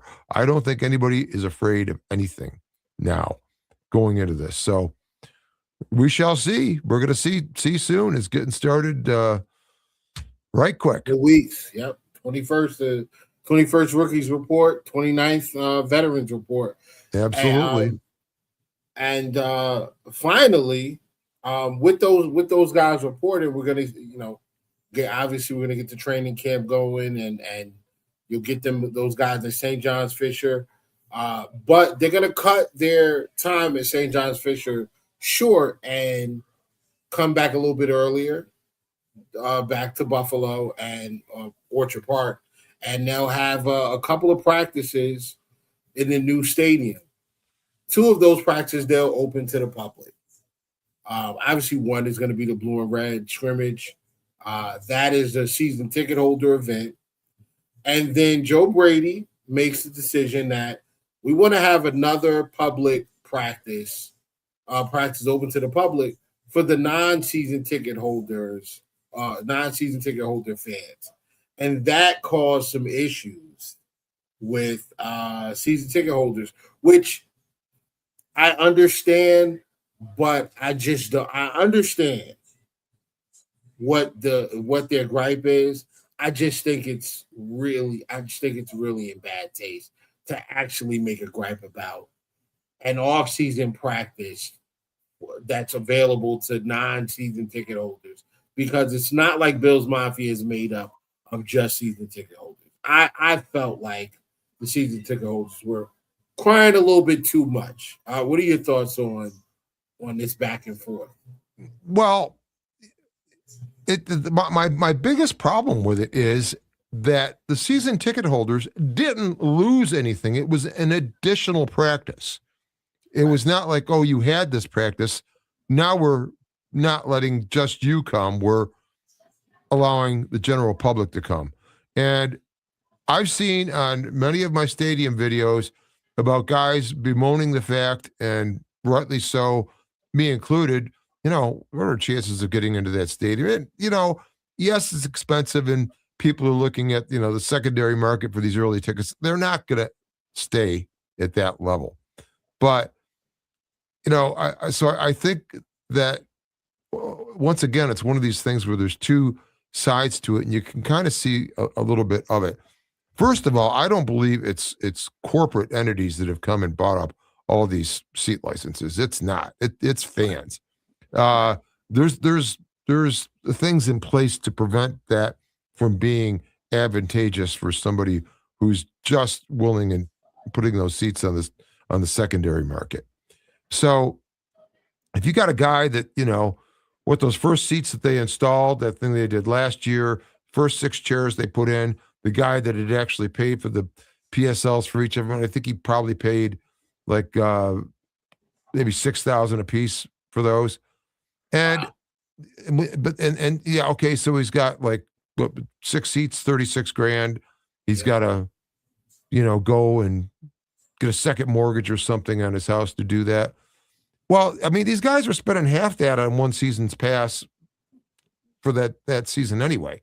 The season's ticket was going to be, $3,700 per year in those seats, and you're just talking $6,000 for the seat license that you have then for 30 years, which gives you the right to purchase those seats. You got to purchase them every year. So yeah, it's an investment, but that amount they're paying for the PSL actually is not that great an amount once you look at the year after year cost of going to seeing the Bills. And if I lived there, I'd have probably figured out a way to do it. You could set up, even a little thing with some friends to, get together and, go see a few games each or something. So it's possible to do. And so I see it from the season ticket holder standpoint that, look, we're not corporate guys. I mean, we're guys that have had seasons tickets. Like I know guys on Twitter that have been going to the games for years. They just went and found a way to do it. And, they put down money. Pagula needed the money. He had to make so many loans to pay for the stadium. He paid for over half of it. And anything that goes up, it's on him. And, as far as people, the tax money, yeah, there was taxpayer money from Erie County, but there was a bigger chunk actually from, the state of New York, but people bitch about that. But that money actually came from the Seneca Nation, who paid overdue monies to New York State for operation of New York State's casinos that Seneca Nation was performing. I don't know why this stuff wasn't paid, but it was a windfall of money that they managed to get their hands on, and that went to the stadium. That's how Kathy Halkiel set it up. So as far as taxpayers paying for this. No, it's mostly Pagula and then partially tax money. The split on the stadium cost, it started out at what, 1.7 billion. That was 850,000 a piece. And Erie County paid 200, and New York State was going to pay 600 for their 850. And Pagula came up with his 850. But it went from 1.7 billion to 2.26 billion. All of that extra, that's all on Terry Pagula. And then there will be those that say, well, yeah, all right, he had to pay for it, but he gets to own the thing. No, he doesn't own it. Erie County doesn't even own it. The stadium would be owned by the state of New York, owned and operated by the state of New York. And Pagula paid for over half of it. State of New York owns it. Pagula's got to pay back to lease it.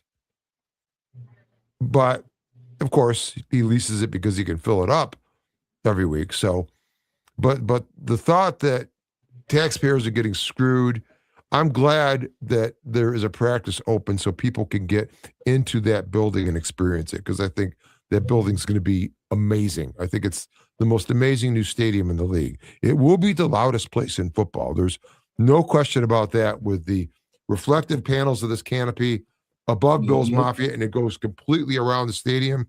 Yep. We'll keep all of that sound inside. Oh, boy. And it's going to reflect down.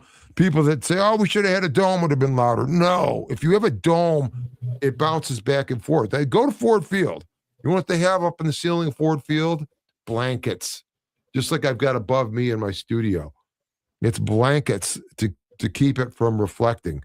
So a dome stadium is not loud. This is going to be sick. And when I was there doing that video, the walk around, we were at one spot, other side of Abbott, looking at the Ralph undergoing demolishing, and they had these little like areas that were like covered, and they had the same thing over on the ticket booths on the other side of the road. And I noticed above that the covering was with the same corrugated, I don't know if it's stainless or whatever metal the panels are, but this shiny, smooth metal. And I'm standing underneath one of those, and I'm hearing my voice echo from it. And it's like, 3 feet away. In this stadium, there's over 1/3 square feet of this panel above the fans. And there's no way for the sound to get out the end zones or anything like that. It's going to be loud. And so, I mean, the season ticket holders, the PSL take was what, $263 million or something like that came into it. So that's about 12% of the stadium. Yes, they paid their money. Yes, they sold a lot of them. Yes, they'll get to go. Yes, a lot of other people won't be able to. As far as them bitching because people go get to see a practice that wasn't even scheduled for them to begin with, I mean, give me a break. I'm with you on that. But they but I don't think the demographic is going to change because it's all corporations that bought these PSLs. That's not the case. It's going to be Bill's Mafia. That's not going to change. Yeah, I'm hopeful that it remains. I'm hopeful that it remains kind of like what it was. Like, I was able to take my son to a game last year for the first time. He just turned 16, and we went last year to the Philadelphia game. Mm-hmm. Tough game. We lost, going for 2. Josh did not play particularly well that game, but the weather sucked too. Like, it was cold and rainy, and that was when I learned. That's when I made the decision that I was going to get season tickets.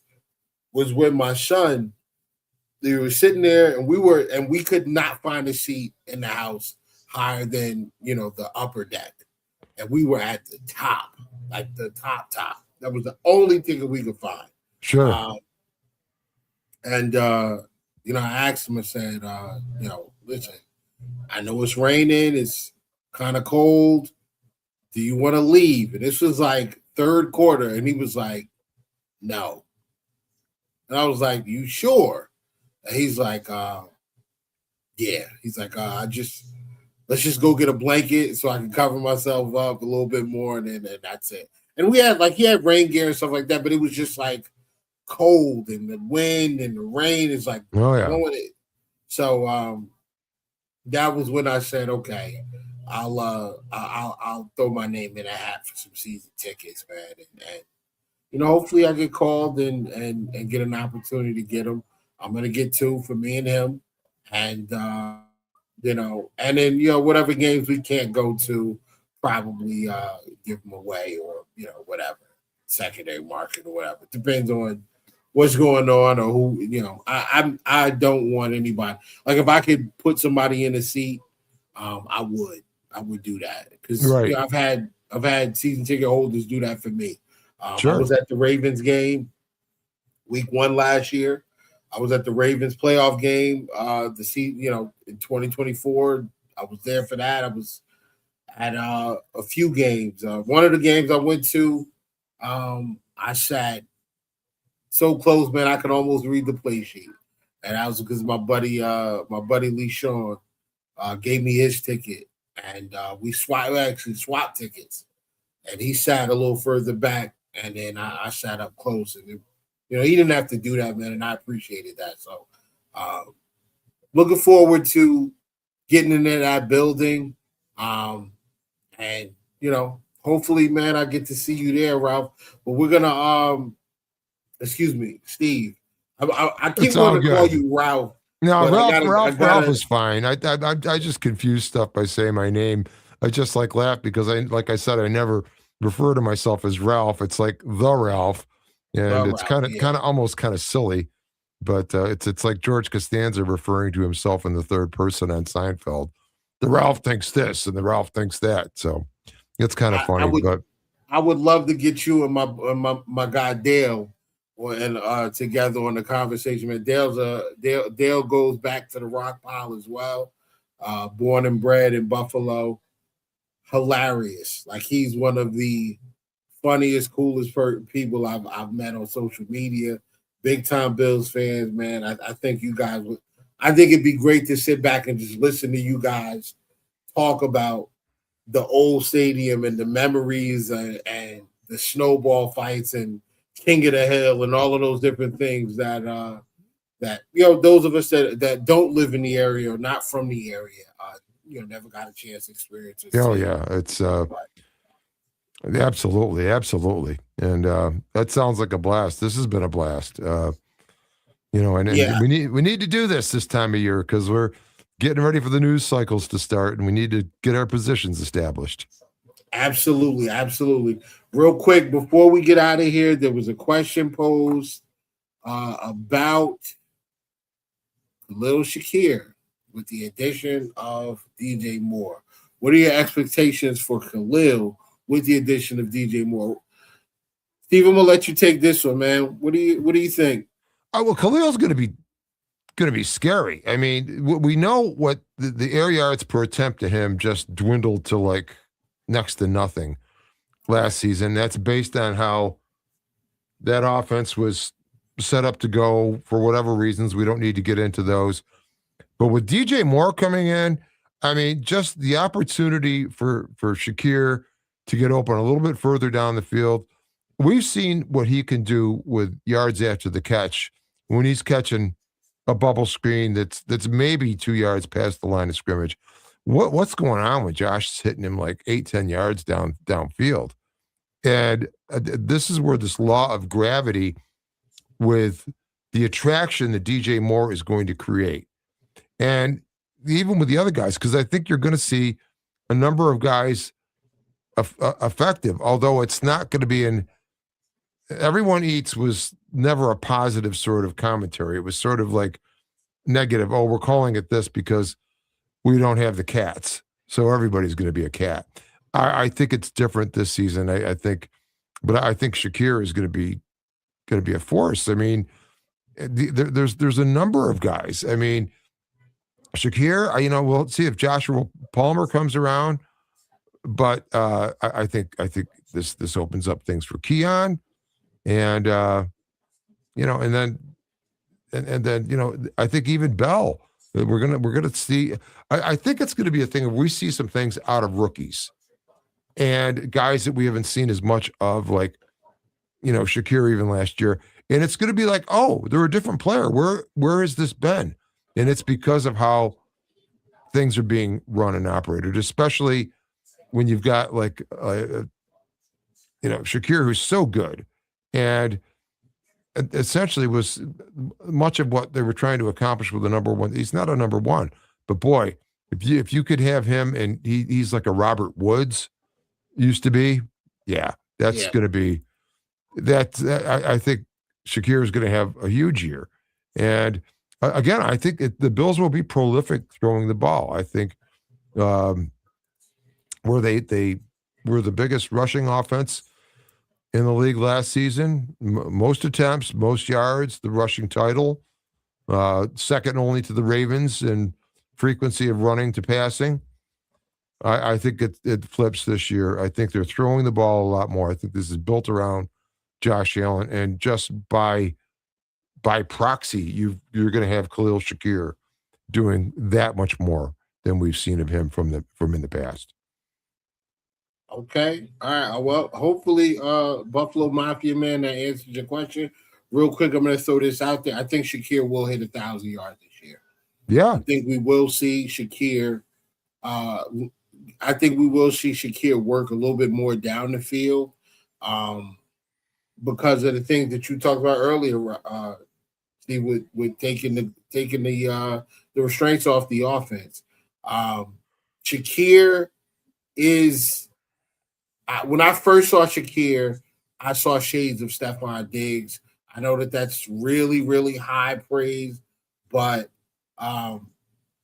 Diggs is so good at the catch point, and he's so good in short area, like being able to separate in short areas and just kind of make himself available at the very last second to make a play on the football.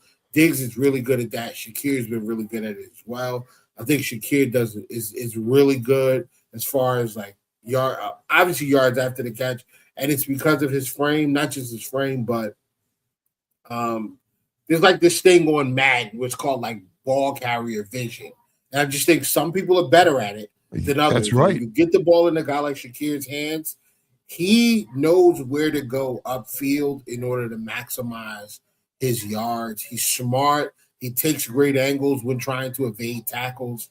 And I like one thing about Shakir that I noticed that you also see from Diggs is they rarely take big hits, right? Like when they're in a position to avoid a big hit, they do that. So I think that's also going to help. Shakir's been very, very durable. I expect that to continue. I expect it to continue because I think less of the pass production to the receivers is going to be relied on by him from a catch standpoint. But I do think his yards will increase, even if it's slightly. I think his yardage production will increase, but I think what you'll see the biggest jump in is his yards per reception. I think that's where you'll see the biggest jump, because I think he's going to work downfield a little bit more. I think he's going to get more opportunities to go up against weaker defenders, and I'm looking forward to it, man. Like, I'm looking forward to it for sure. Well, I think, and part of that is going to be that Pete Carmichael, the Bills' new offensive coordinator, is going to feature the running backs in this passing game more. And if running backs are more of a threat to catch a swing pass, or if they're running screens, for example, that's going to clear out some of these intermediate areas where, Shakir's had, slot corner on him or a faster outside linebacker, and they're coming down on top of him with a safety also. Especially with the Bills being such a threat to run, people were bringing safeties in closer, which is why they couldn't get the ball downfield really to Shakir. It was crowded up front because the threat wasn't there. But I think it's completely different this season, and I think Shakir is probably going to be a huge beneficiary of that. And time will only tell, but I think Pete Carmichael's going to have a bigger influence on what this offense is going to be, and it is not going to be just Joe Brady V2 or whatever you want to call it this season. Joe's driving the car, but he's got a new mechanic working on the car.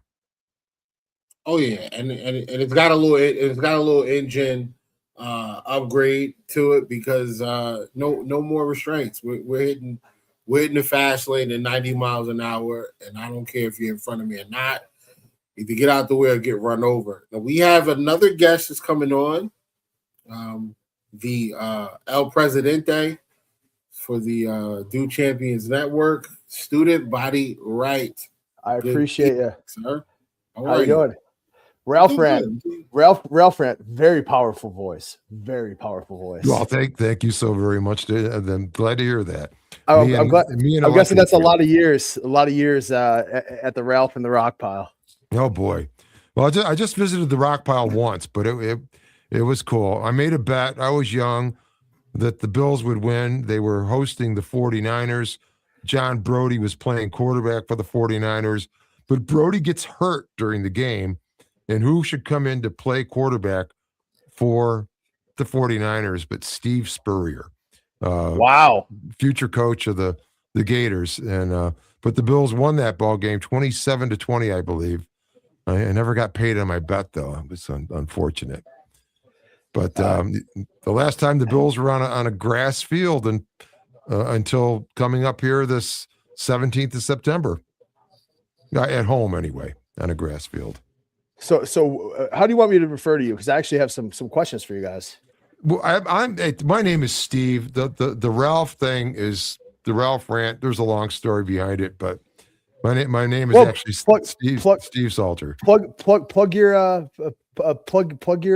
the Ralph Rant. We'd love to hear it, man. Well, that's absolutely. Thanks so much for that. Yeah, the Ralph Rant on YouTube at the Ralph Rant. It started off as a music channel, but then right after Josh was drafted, I didn't have any subscribers really, but I made a video predicting Josh's greatness 2 weeks after he was drafted, but then I never did another thing until a little over a year ago. And now the Ralph Rant is got a lot of good support. We're up to about 2,150 subs or something like that. And congratulations.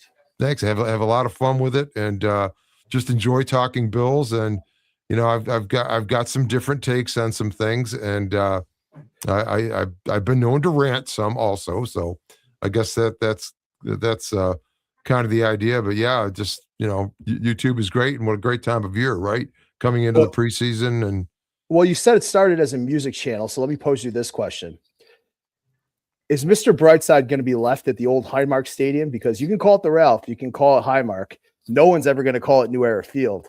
But is this the time to kind of retire Mr. Brightside, being that the Ralph Rant started as a music channel? Or how do you feel you take over those kind of little nuances with the Bills Mafia fans? Well, the Bills better be careful with that decision, because if they do leave it behind, there will be undoubtedly talk about how OJ was left behind also. But actually, I think it comes over.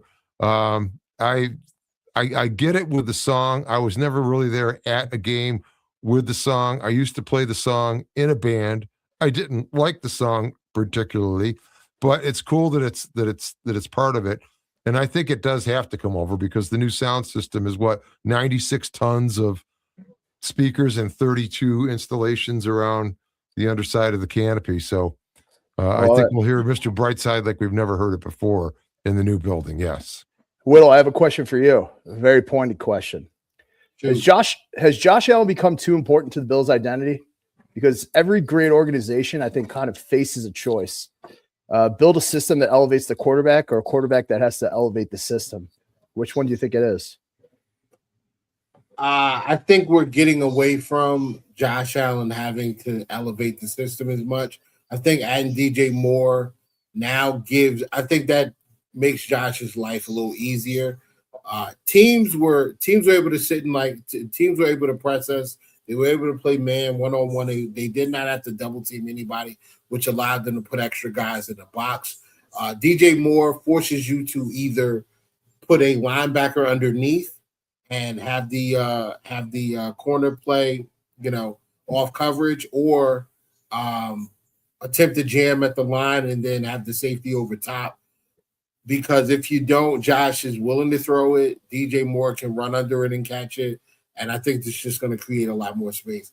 I think adding that level of receiver and deep threat gives a control of how the offensive game plan goes back to the offensive players and the offensive coordinator, versus last year was really just kind of like, what is the defense going to allow us to have? And we're going to take that and we're going to magnify it. I think now instead of needing Josh to be great all the time, I think there are going to be so many easy buttons for him because defenses have to play it straight up. So I think we're getting away from relying on Josh as much and just giving him an opportunity to play quarterback and be great at times instead of being great and playing quarterback sometimes. Steve, to you, it looks like you had something to add to that. Well, I feel like the biggest change with the Bills this season is attitude.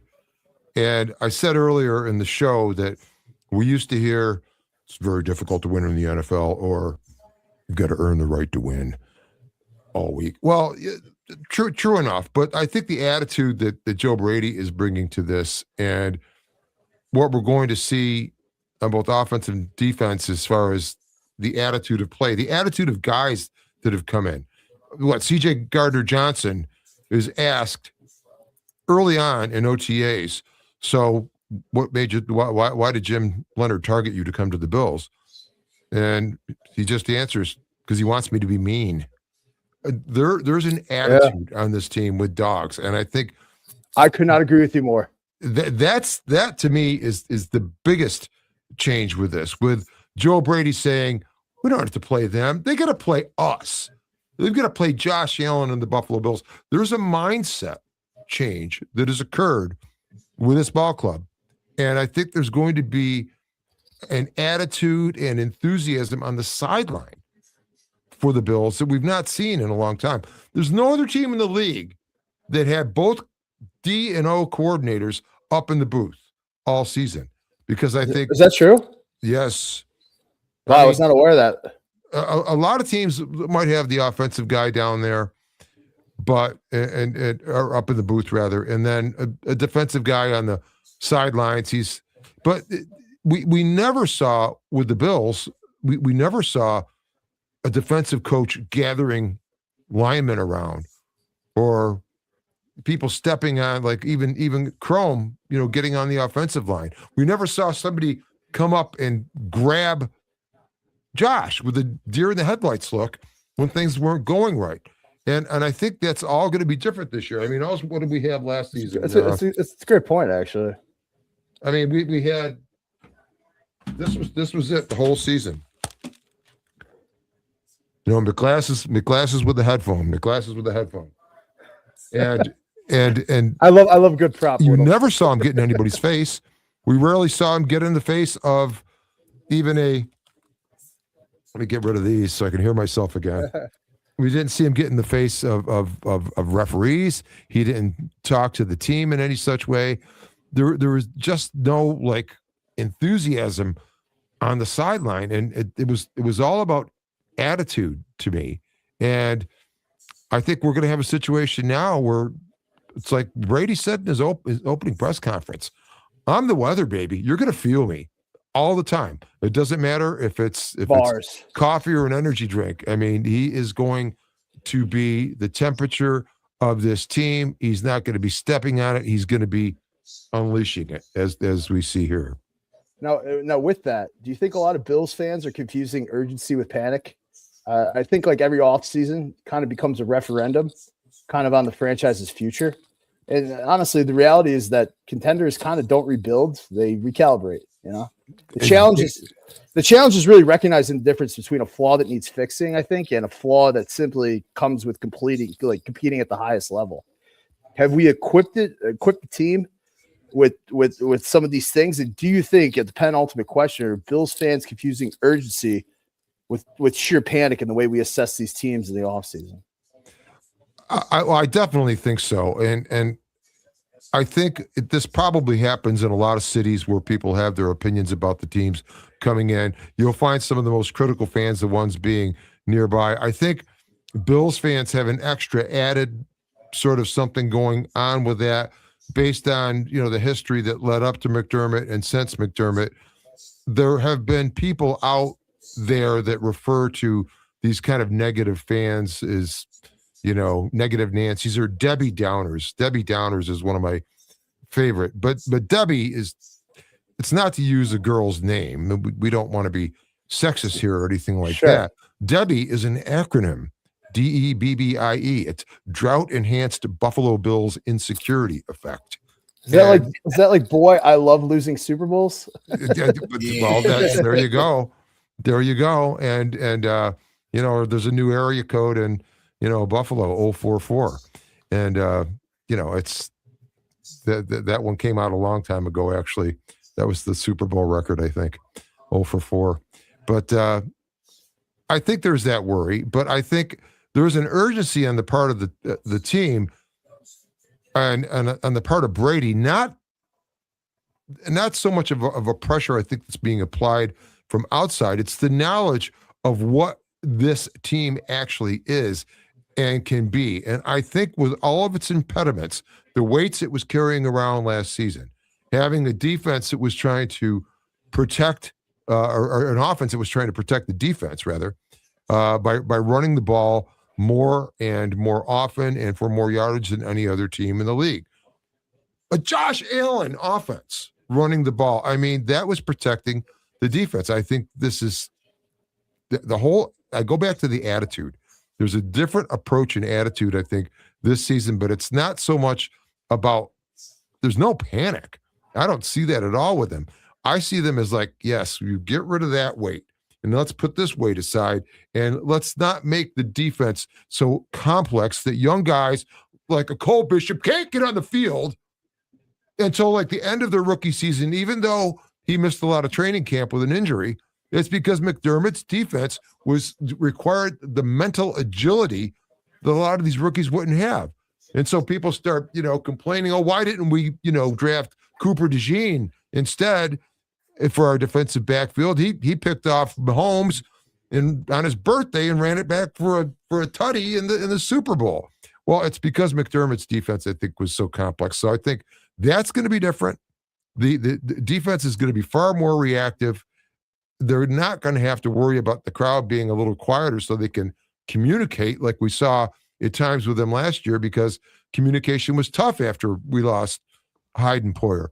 And on the offensive side of the ball, I think Pete Carmichael's going to finally turn Josh Allen into an artist. And it's like Will was saying earlier, in terms of having more layups available for him, more choices, more things Josh can do post-snap to be creative like the artist he is. And I think we're going to see such a completely different Bills team. And the urgency is not so much, oh, we better get to the Super Bowl so our fans don't hate us. The urgency is like, dudes, we've got the team. Let's just get this done. Let's get this done. Let's make these changes. And I think that is what the attitude is with the Bills. And I don't think there's a bit of panic on the fans' part. There's always going to be the worry, and at times it'll be irrational. I probably, damn it, Whittle, I have like no points to add to this. I was waiting for him to slip up at some point or something like that and give me something to disagree with. I think you nailed it, man. No, he's locked in, man. He's locked in for sure. Well, let me ask both of you guys, because one of those key components to winning is if you truly believe that special teams are a third of the game. I put up this tweet this week that says Tyler Bass enters camp as the incumbent, but this is probably the most vulnerable his roster spot has been since he was drafted. You notice he's wearing number 16 in that jersey. That is because of the incumbent wide receiver number 1, DJ Moore. Caught a little flack for that, for editing proper numerical graphics in there. I'm a uniform guy. So guys, I like it. I love it.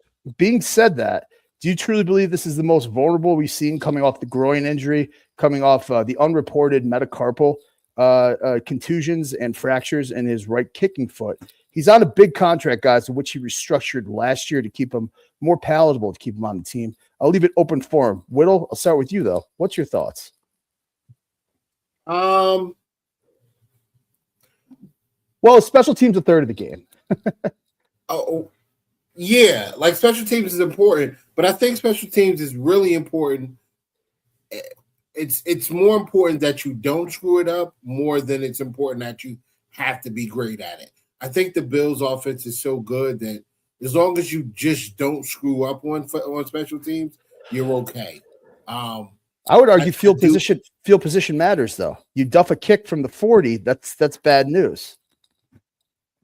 Yes, field position does matter because it does make the offense easier. However, when you have Josh Allen, James Cook, and now adding DJ Moore, and like I really, really like the addition of Pete Carmichael from a schematic standpoint, from a creativity standpoint, and from a spacing standpoint. Like I think he will do a good job of getting guys in space a little bit better than what we've seen over the last few years. So I do think that with these additions, the Bills are going to score no matter where you put them. I mean, we've seen it already. I just think it's going to be way more efficient now. I just feel like special teams, you can't screw up. Like, if we call you out there to punt the football, don't shank it. If we call you out there to kick the field goal, I feel like it's going to be rare. You can't really miss. Like, you're taking less field goals than most kickers in the league. I think you just kind of got to be on point. And Tyler Batch has never been higher than 90%. He's never been above 90% in his career from field goal kicking. So I just think as long as we don't screw up, as long as we're not turning the football over, as long as we're covering, kickoffs and punts and not allowing teams to get cheap scores, I think that bodes in our favor because of the offense that we're going to have. Steve, do you? Anything to add? Well, yeah. As far as Tyler Bass and his job goes, I mean, look, if you can fly in a guy on a red eye from Arizona and have him come in and kick in that Sunday night opener in the form of Matt Prater. Prater, yeah. 41 years old. Matty comes in and just is like solid. He's money. And if you're able to pull that off, that just, in a sense, that devalued the kicking position on the Bills so much. Not because Prater wasn't good. It was because he was easy to procure and he was great. And you just had this confident feeling. And no one can say that they had just such a confident feeling when Ty Bass was coming out after a certain point. And, the injury, especially with this pelvic business he went through that we heard more and more about. But I definitely think that, there's just because the Bills were able to do what they did with Matt Prater last season, bringing him in like they had to, it's like you can go into this and go, well, look, I mean, how worried are we going to be about if we have to replace him? We were able to get a guy over 40 years old to come in 2 days notice to play a regular season opener. Well, he does. Yeah, he does have a 4-year, originally signed a 4-year, $20.4 million extension with us in 2023. That deal ran through 2027. After missing, all of 25 with that hip groin, what I've heard is some problems with his metacarpal and his right kicking foot. I hadn't heard that. That's interesting. Yeah. Yeah, that might be a little more inside the business. If I know that to be good info. He did take a $1.5 million pay cut. He received $1 million guaranteed.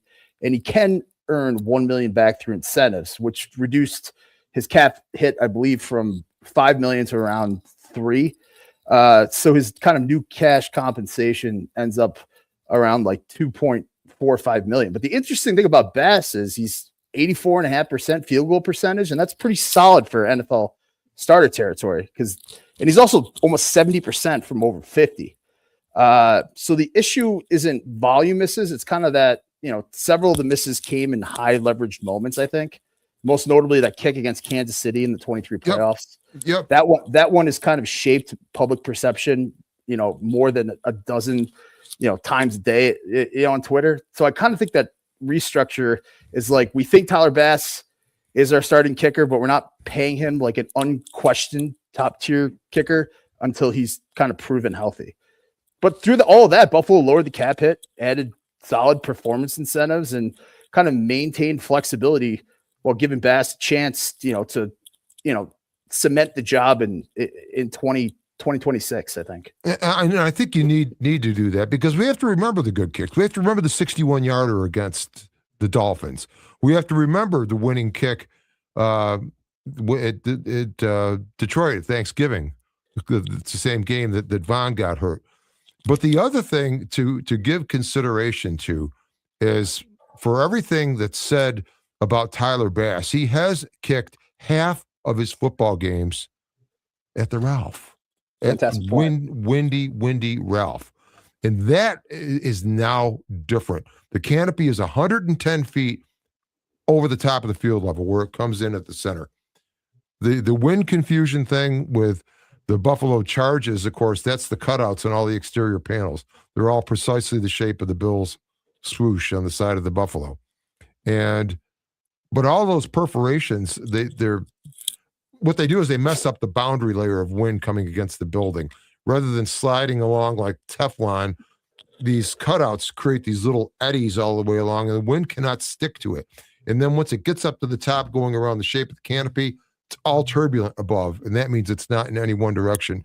It's not going to be windy down at field level, which means that Josh is not going to have another wind game where, when Mac Jones came in here and, throws the ball 4 times and beats the Bills. Or it's not going to be a case of goalposts blowing sideways or, Bass having to battle winds on a longer kick. I think it's going to be pretty doggone calm. And I think that is a consideration that actually has to be, made for Bass, kicking such as he has in that stadium before. Now he's across the street in this building where I think the wind profile is totally different. Whittle, I got a big question for you. Up. The case for Matt Milano re-signing after training camp. Matt Milano is exactly the type of veteran who doesn't really need camp to prove he can still play football. He's 31, spent virtually his entire career in Buffalo, knows the organization, knows it in and out. He is playing with a different defensive coordinator, a different defensive mindset. Bills have linebacker uncertainty. Milano has a very established strength and skill set.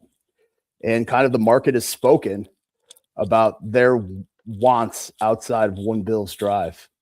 If you were the Swami rubbing your Celtics crystal ball, my friend, where do you see Matt Milano placed this season? And is it at one Bills drive? I don't see him back. I think that they're going to go for I think they're going to go for a different body type, definitely a different availability type. I think at this point, if you're going to go for with Dorian Williams being kind of a smaller guys, Dorian's what, 6'1", 6'2", 225 pounds. Terrell Bernard's a smaller guy. Caleb Ilzor is a little bigger, but these guys are you got to get some more size. Bobby Wagner's out there. I know he's 38, but he didn't play terribly last year. Jermaine Pratt's still available.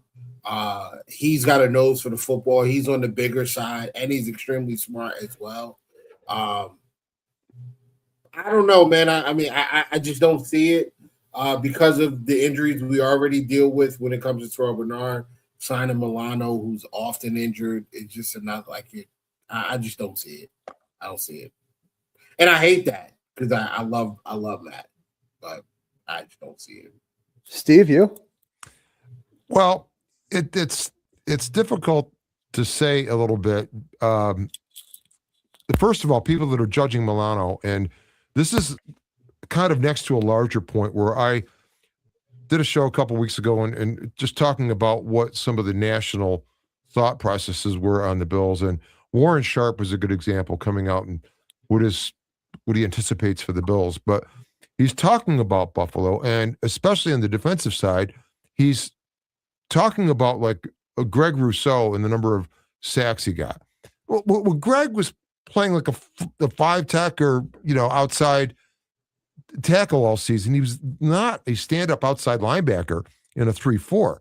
So to try to look at what was going on in the previous season doesn't really follow. And so you look at Matt Milano from that standpoint, and the Bills were running a 4-man front with the 2 linebackers. Those guys had to fill gaps quite a bit more. That's why you've got a Terrell Bernard getting hurt like that, because they're a little bit more of a sort of a hybrid, almost safety size that you might want to have in a sub package in a Jim Leonard type of defense.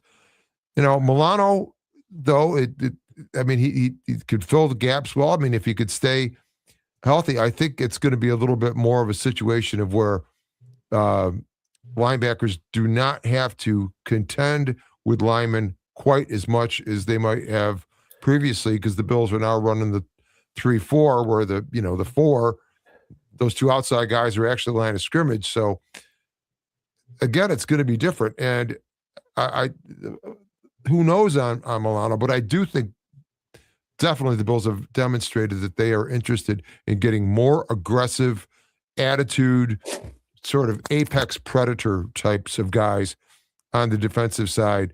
CJ GJ is a great example of that.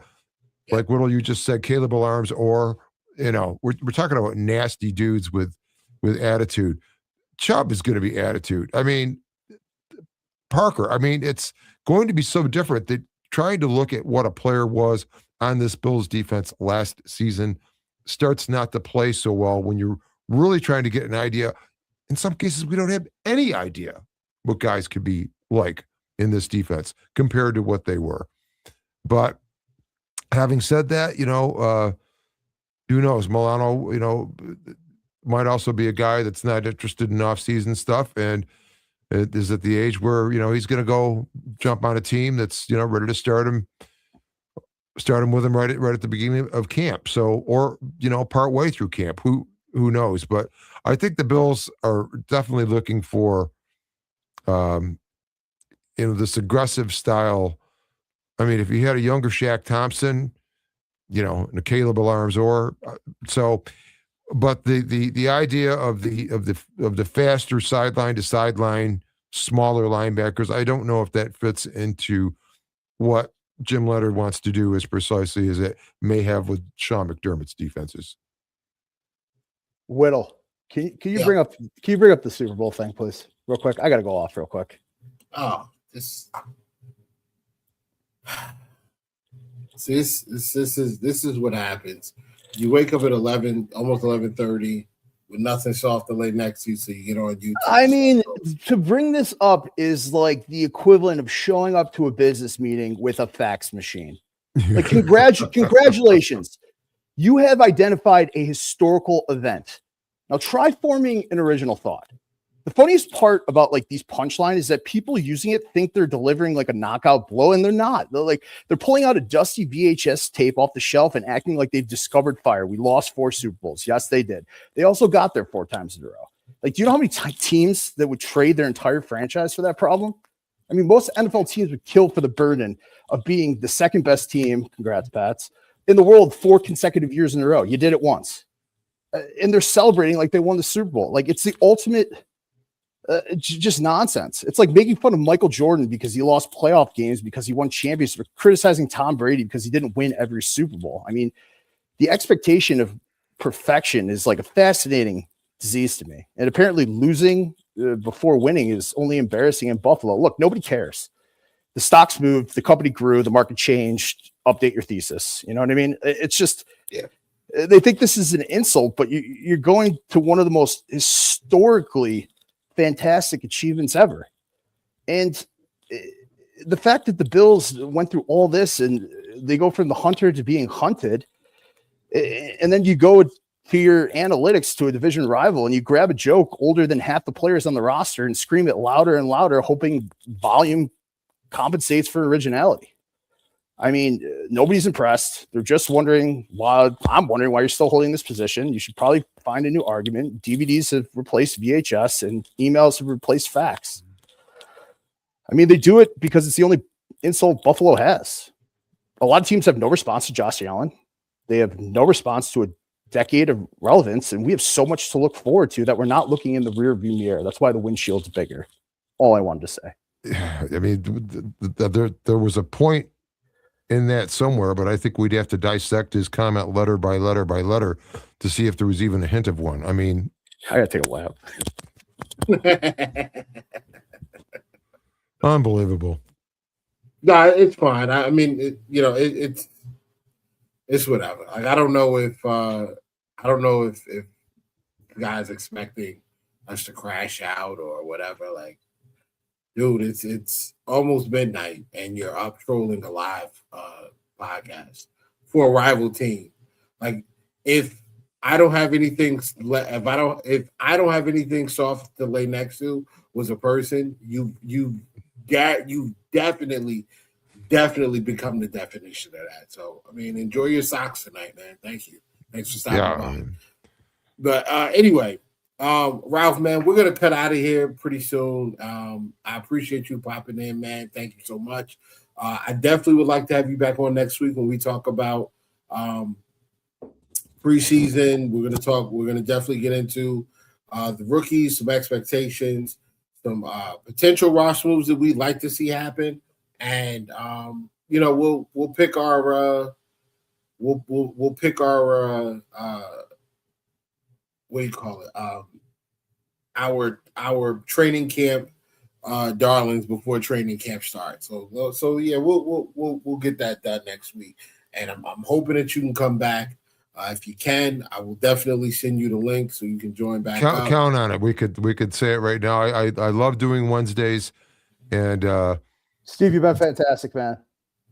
Yeah, well, thank you so much. It was an honor to be on. And absolutely. If you could just plug it one more time where everybody could find you, so we could get that out to everybody who may not know where you're located. Absolutely. And I don't know how I ended up with the Ralph Rant V. I just changed that lower third on the screen there. But it's at the Ralph Rant for YouTube. And just search the Ralph Rant. You will find me. And then also it is the Ralph Rant 716 on X. But I've got a lot of content out there. I think I'm up to probably almost, I think I've got 95 videos now. So I'm getting close to 100 from what we've done. And yeah, I've got strong takes on it all, and I've got a lot of belief, but I've got, I think, good reasons to believe. So I'm going to keep on putting it out there, but thanks so much for the opportunity here tonight. What an honor being on the show. One last question. And once again, guys, you can find him here at the Ralph Rant 716. For anybody interested, this has been fantastic. Guys, record predictions as you see it right now. Out of a cannon, record prediction. 13 and 4. We did not practice this. No, we did not practice this at a time. We did not talk about this. Nope. You guys are non-believers. 14 and 3, and I definitely did set that up. Wow. Yeah, I 14 think, and 3. Okay. I think they're going to do well, and somewhere out there, there's an undefeated season waiting, and this is the kind of team. Wait, what? Whoa, wait, hey. This is the kind of team that could possibly have a look at that. It depends on how it gets started, but I think I went through the schedule before. I didn't make predictions, but I'm not as impressed with the array of quarterbacks the Bills will face as a lot of people are, and I'm basing that a lot on. Well, I think there's perceptions about guys that just aren't true. And so I don't think the gauntlet is quite what it is. And I think the way this team changes is going to take some teams by surprise. You never know. But I do think it's way over the 10, and I like the 13 and 4 or the 14 and 3. I could see that also. If I could steal one last question, because I know we're winding this down, and it's been burning, and Whittle, I haven't gotten a hold of you for it. Jackson Hawes. Could he see the type of action and be an adequate replacement for a Reggie Gilliam? The way he's so diverse, he's so good running 7-take. He's been nothing but high praise from a guy like Aaron Cromer, who we will sorely miss. I mean, speaking with Travis Clayton. By the way, Travis, I'll clip this for you. I am very sorry about England, but it is not coming home. Oh my God. Travis Clayton was actually in the Everton Soccer Academy. So he's proper English football. He did make the transfer to defensive line. We were chatting today, and I stopped texting him during the game. But do you think there is some parity there, Whittle, with Jackson Hall and Reggie Gilliam? And to make a baseball analogy, he's a multi-tool kind of player because he caught balls when he was supposed to. He was that lever we could pull for the dub off when protection breaks down. And also, he's a big enough body to play in condensed space and be a multi-asset in motion behind the line of scrimmage, whether in, I guess you could call it, is it still 12 personnel if Hawes is lining up is it because he's technically a tight end, or is it 22 personnel? I don't know. Exactly. But also, Gilliam played a ton of special teams. Yeah. I mean, weird one, I know. I don't know. That's tough. Like, I want to say yeah, but I want to say yes, but at the same time, I need to see it first before I can commit to it. I just don't know if I just don't know how well he can fire off. No, he can, because he did it at Tech. Steve Whittle watches a lot of football. I'm going to say yeah. Well, I think Joe Brady. He did play some H-back. He did play some H-back in college. So yeah, I okay, all right. I think Joe Brady's already said Whittle. That's Whittle in the lab working out everything live on air, guys. Steve, go ahead. We already heard Joe Brady answer this question when he was asked about Gilliam and asked moreover about the fullback position on the team. And he's basically saying, we're not saying we need a fullback. We've got some guys in camp. Jackson, or I forget his name. He played for the Patriots last year.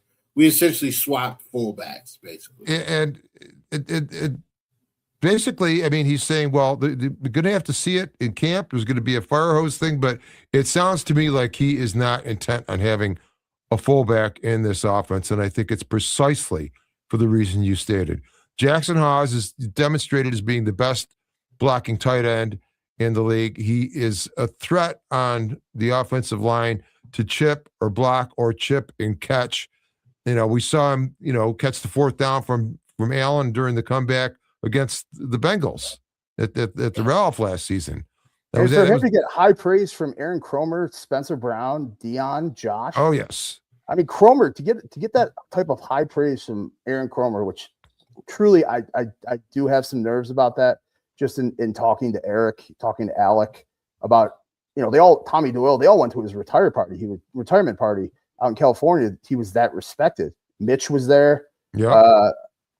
For him to sing that high of praise for essentially a rookie role player, that's incredible. But I do hope that we've found adequate tutelage to replace Aaron Cromer, because there is not one person I've talked to who matters, who doesn't think that he was the best, outside of Jim McNally, who's retiring from UB in coaching, another legendary offensive line coach there.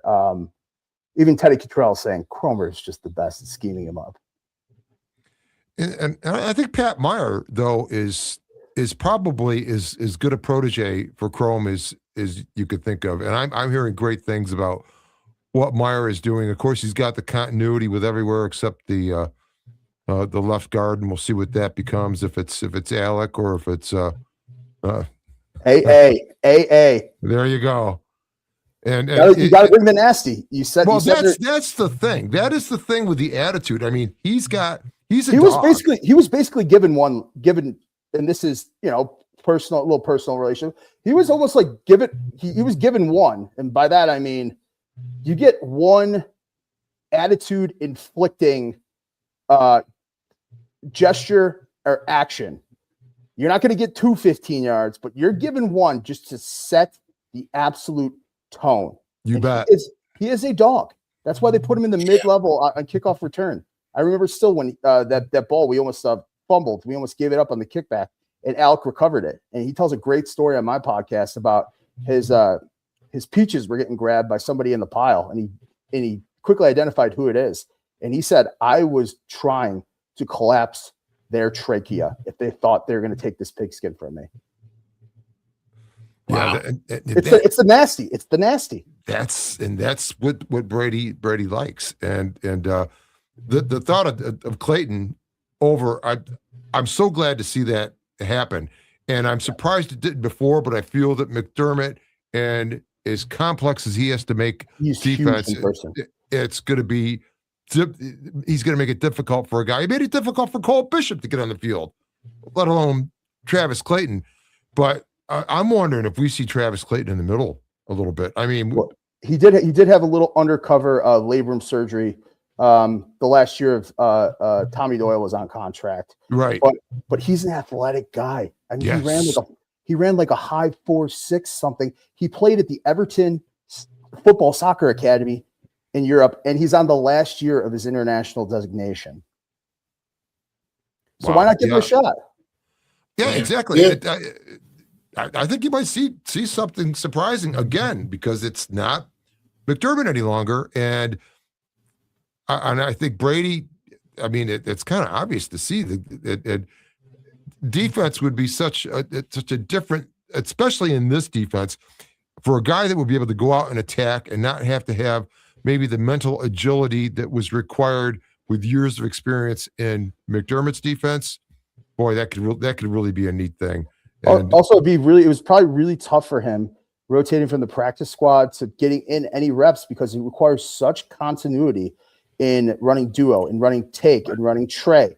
Yes. You have to be confident and there has to be little bits of nuance if you're running guard and you have your tackle next to you, or if he's getting a couple snaps at center, not having firm placement in the ground with the soldiers he's going to go to battle with probably made it increasingly challenging, not to mention him having to scout, for that next team thing. I mean, I remember he did get a couple reps last year when we were a little short-bodied on the defensive line, running scout defensive line. And I don't know if that's where it clicked or anything like that, but maybe this is like kind of an ancillary thing, because, he's without the international designation, he might be considered an ordinary cut prospect, but for him to just take that all with such grace, and from everybody's feedback that he's a great locker room guy and he has such fantastic athleticism. I mean, maybe this is kind of like a cool little thing we can root for. Very much ingratiated in what we do root for as Bills fans is the blue collar, make it happen when your back is against the wall. Well, all the talk of, the Bills, who are going to sign for the nose? Is there going to be a nose? We're going to sign DJ Reader, or is there somebody out there? Of course, there was rumors about Jalen Carter a couple of weeks ago because he's having trouble with that. What about TC in the middle of this defense? I mean, that to me could be so much with this size and agility. Last year, that horrible Harry is not on the roster. Right. I mean, not like there is desire for him to come back on his end. There is desire, the way he was traded from Minnesota after just building a house. He named a captain, given an extension, just traded in the middle of the night. That's so tough on a fan. It's so tough on everything. It's also going to be really tough on people in your neck of the woods, Whittle, because ESPN is officially covering games. I am. People were going banana land over that. People are calling it Canada's team is now broadcasted in metropolitan New York City area. Sweetie, I'm not going to give you the stunning geographical fact of where the Bills are located in the New Jersey, but hey man, people, it's a primetime team. That's why we have primetime games, and they should be taking up primetime airwaves. And the Jets and Giants stink. You probably caught so much flack that they're going to be all over the airwaves, aren't you? Oh no. I'm using this as leverage to attack people. Are you kidding me? I mean, come on, bro. That's the only team that plays in New York. Don't talk to me about I can't believe New York is airing Buffalo Bills games. It's the only team that plays here. It's the only team that plays in New York. I'm in Jersey. The Jets and Giants both practice and play their games in New Jersey. I've The been Jets to still the at Florham Jets Park, right? office There's, building. I've been there. That's exactly where they are. Florham Park. Right. So I've been to their training camp. I've been to their practices. It's in Florham Park. I take Route 24 to get there. It's as Jersey as it gets. I promise. It is North Jersey. And my buddy Tommy Attiano, he played with me at Monmouth, and he played on the Vikings. Has a great spot if you ever get over there, Will, again, called Calabria. Dave Portnoy gave it like a 9.1 to plug them a little bit, but like where is it? It's in Florham Park. Okay, pizza spot. I'll check it out. Yeah, absolutely, man. So, Steve, once again, great to have you. Sorry to hijack the show. It's just No, what a blast! This turned out so cool. I hope we can get you to commit to come on again, man, with my real studio setup and everything like that. And Whittle, this is the most composed I've seen you. Did you get all your hate out on Twitter today, or like you're turning over a new leaf? Yeah, I've turned over a new leaf. I'm fighting less. I'm fighting less now, and I'm just kind of letting people crash out. Raven fans have been very irate since the quarterback list came out, and I understand. Joe Burrow and Josh Allen both being ahead of Lamar Jackson really hurts them. Where did Lamar Jackson end up on that list? Number 5. He's the fifth quarterback out of. Would you take Lamar over Joe? No. What about you, Steve?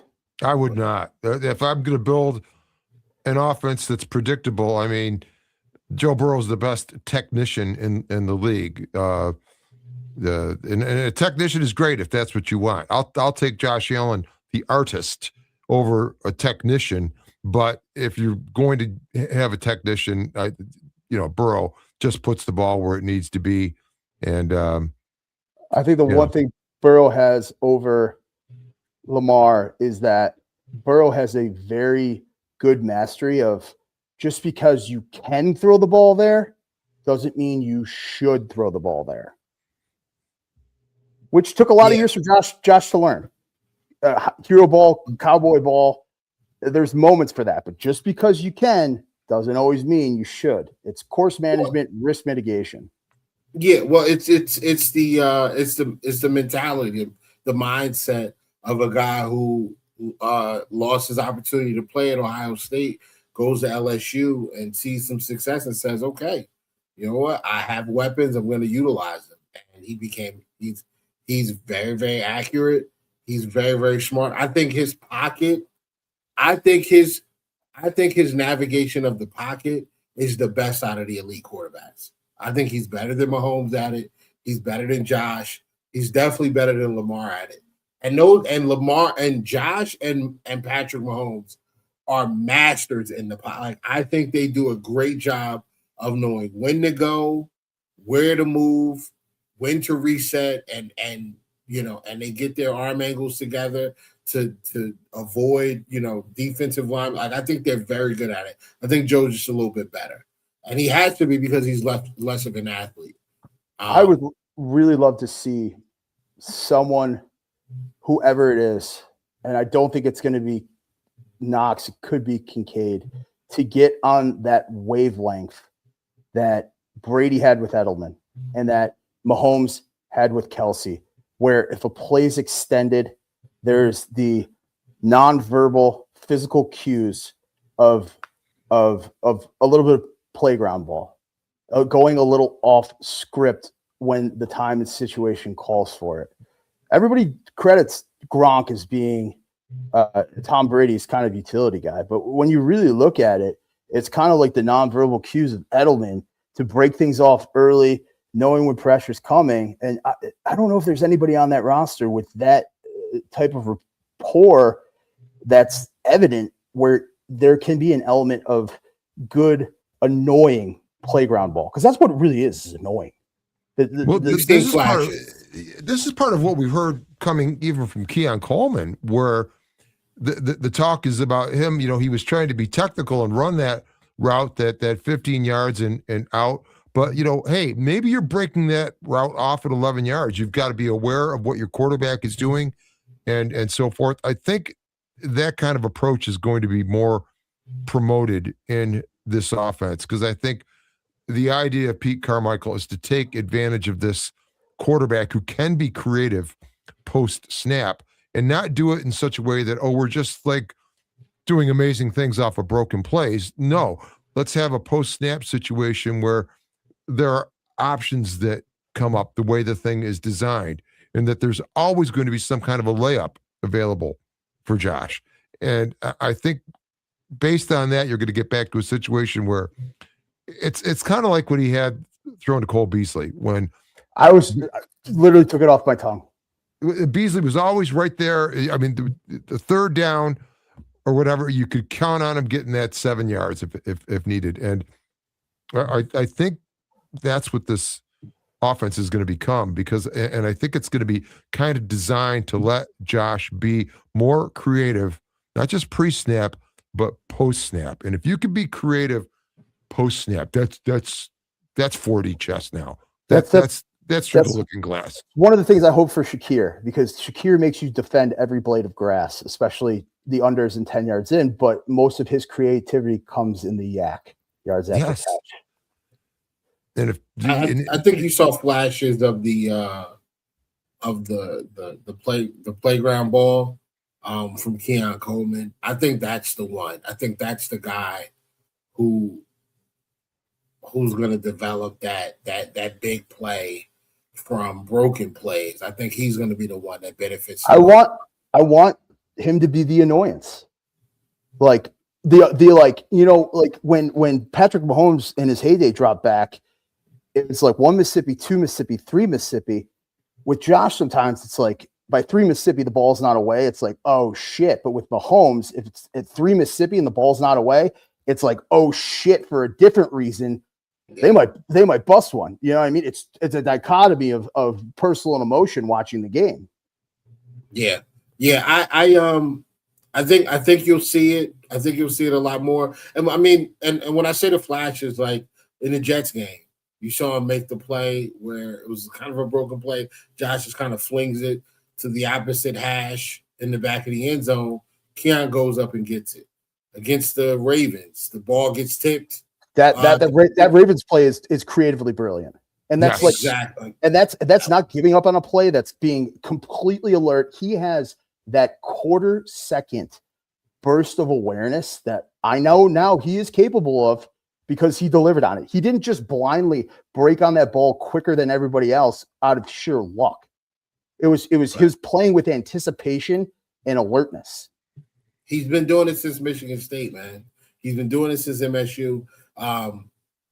The other play against the Seahawks, where he just looks over at Josh, and he's sitting he's sitting there with Tariq Woolen in his hip pocket, and he's just looking at Josh like, just throw it up. And Josh delivers not a great ball, but Keon makes the play, man. And I just think that you're going to see that develop more because he's going to be on the field more. And I think Josh will learn to trust him, especially in situations where the play starts to break down. And I think he's going to be very instrumental in week 1 again.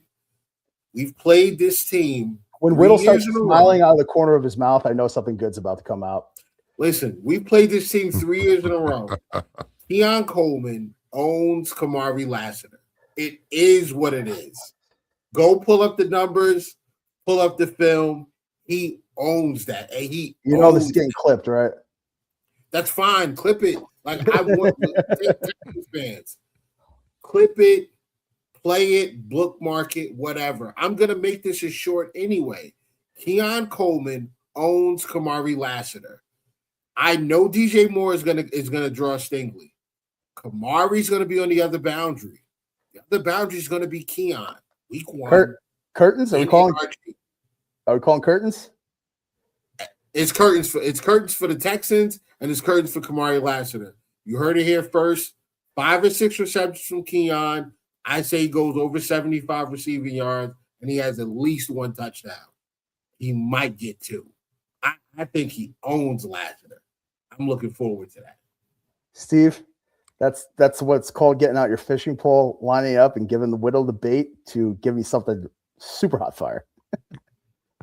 Well, I think it right back to that first game in Houston. I think there are bruises and marks and scars from lacerations all over CJ Stroud.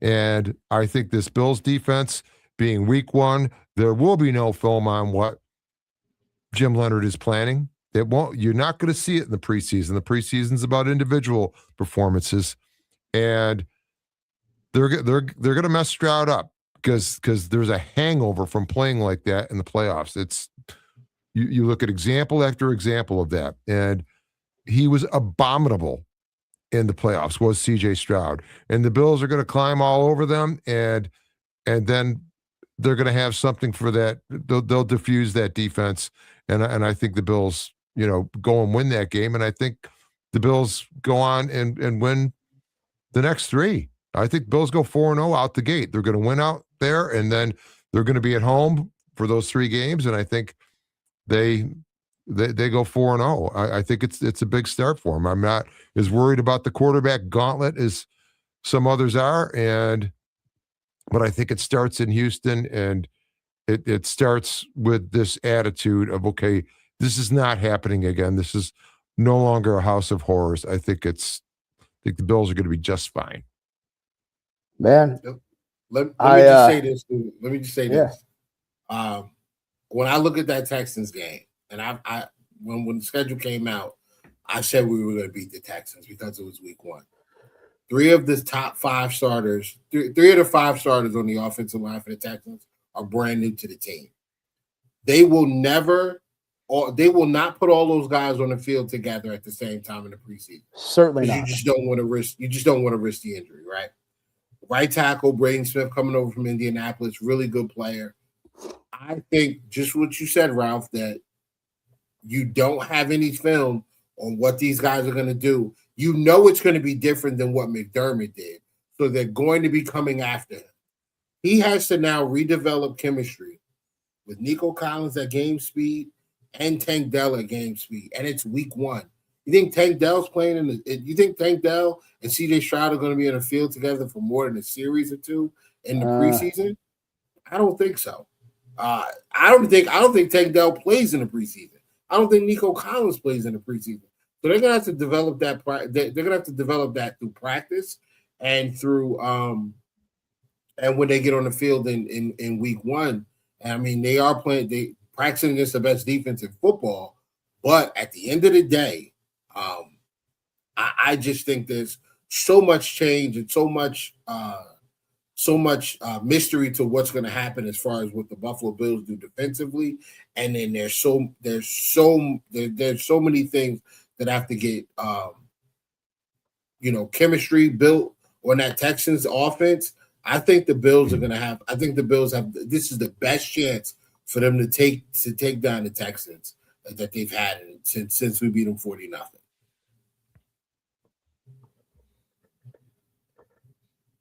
I like when you're bold.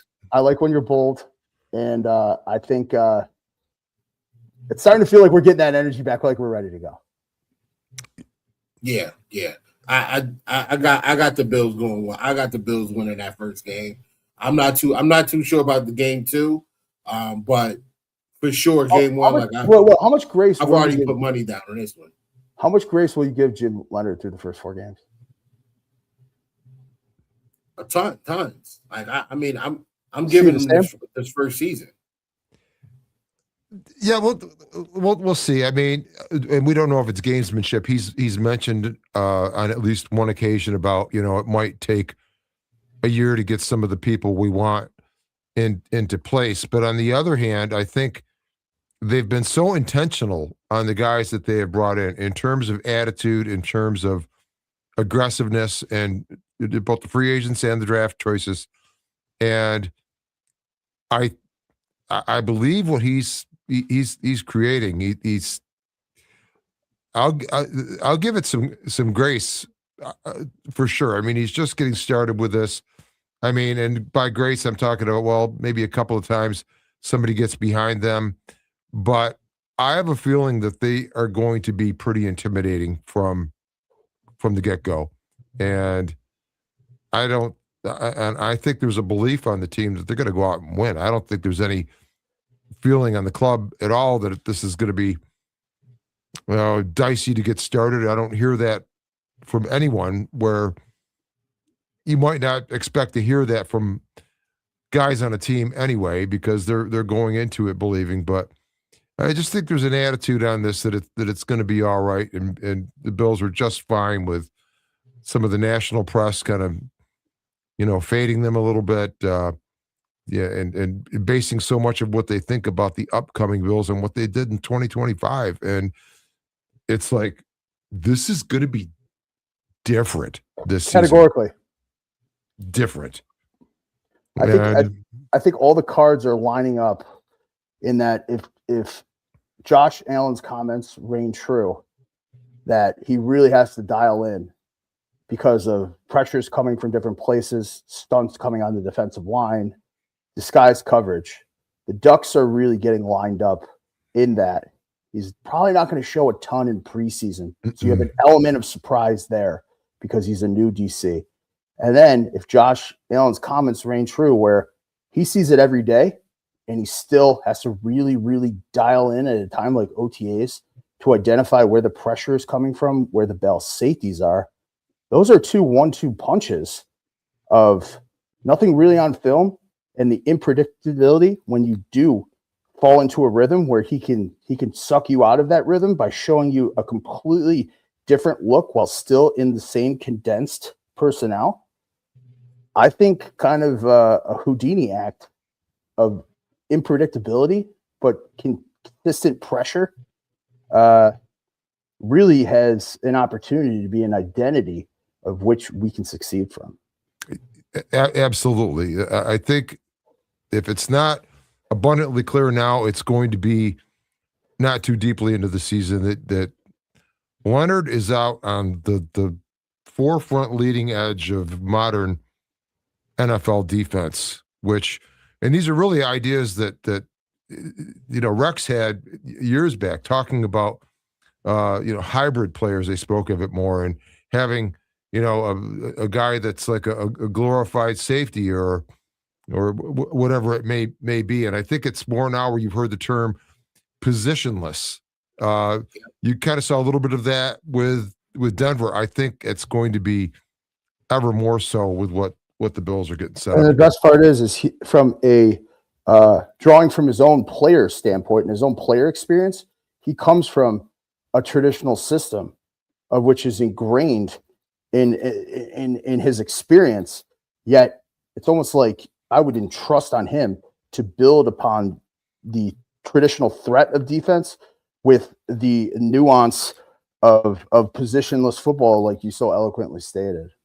I mentioned earlier in the show before you're on, you go check out the book Collision Low Crossers, Nick Dawidoff. He was with the Jets for the 2011 season. I mean, the combine, all OTAs, he had a locker, he had an office, he had keys to the place. And Jim Leonard was part of that defense and really the brains of, and this is Rex's defense. Leonard kept volumes, notebooks full, page after page of notes on this defense. And in fact, when in 2010, a lot of people won't remember that far back, but the Jets went to the AFC Championship 2 years in a row. When they went in 2010, they had lost to the Patriots a few weeks before, 45-3. And it was because Leonard wasn't on the field with them. And then they beat the Patriots in the divisional round 28-21. And that was when basically, Leonard had come with Rex after being in Buffalo as an undrafted free agent. He moves on to Baltimore, where Rex is the defensive coordinator under Brian Billick. Rex was at his best as a DC there, of course. Then Rex gets the job and goes to coach the Jets, and Leonard follows him there. So for 4 years, Jim Leonard essentially studied at the school of Rex, and which is really it's really the school buddy. Thank you. We're thinking the same again. Exactly. And that's the defense that except I think it's Rex, but it's like, Rex V, I don't know what, V10. I mean, based on what Leonard did at Wisconsin, That's a good pun because he is from the Big Ten. Yeah. And so, I mean, I think he took what he learned at the School of Recs. He developed it further at Wisconsin. He got adapted a bit to the NFL once he got in, and now he's at the Bills. And I think what they're going to build there is, and I think that'll, as much as the offense is really going to be interesting, much more prolific passing and so forth, the story of a successful Bill season is going to be the intimidating bunch of dogs this defense imposing your will. Yeah. Apex predators, not trying to prevent and react and protect, attacking. And that's the whole idea. Attack. Well, hopefully when he was in the School of Recs, he didn't take a recess break with him and go outside and start staring at feet. So yeah, right. Yeah, that was so weird, man. Jesus. Like, what? Yeah, the foot fetish thing. Yeah, some things are just something TMI, too much information. At some point you gotta be like, yo, hand up, that's on me. So actually, you know what? I can't do it. That's in the book. That's in the book. Foot up, that's on me. Then they have the story about Rex. One time he used to like to go to the refrigerator late at night when they were working game plans, and he'd open up the jar of peanut butter and get a big spoon and just spoon a big glob of peanut butter. I believe the quote was, "Let's go eat a goddamn snack." Let's go eat a goddamn snack. Exactly. Well, one night they had cameras set up and they super glued the jar, the lid on the jar of peanut butter, and Rex is working on it. He finally gives up, but they got the whole thing on. Man, that is the one beautiful thing about training camp, man. Just in recanting my college days, is just the bond and the camaraderie is so solidified in going through the misery together. I mean, Whittle, you were in the Army. Going through the suck is able to solidify and iron such. It's almost like trauma bonding, but like for a greater cause and purpose. You're kind of bagging what I'm breaking? Yeah, no, I am. And the trauma bonding thing is funny because, like, when you're in it, it's like, Jesus, like, why, It's like you got to embrace the suck. Yeah.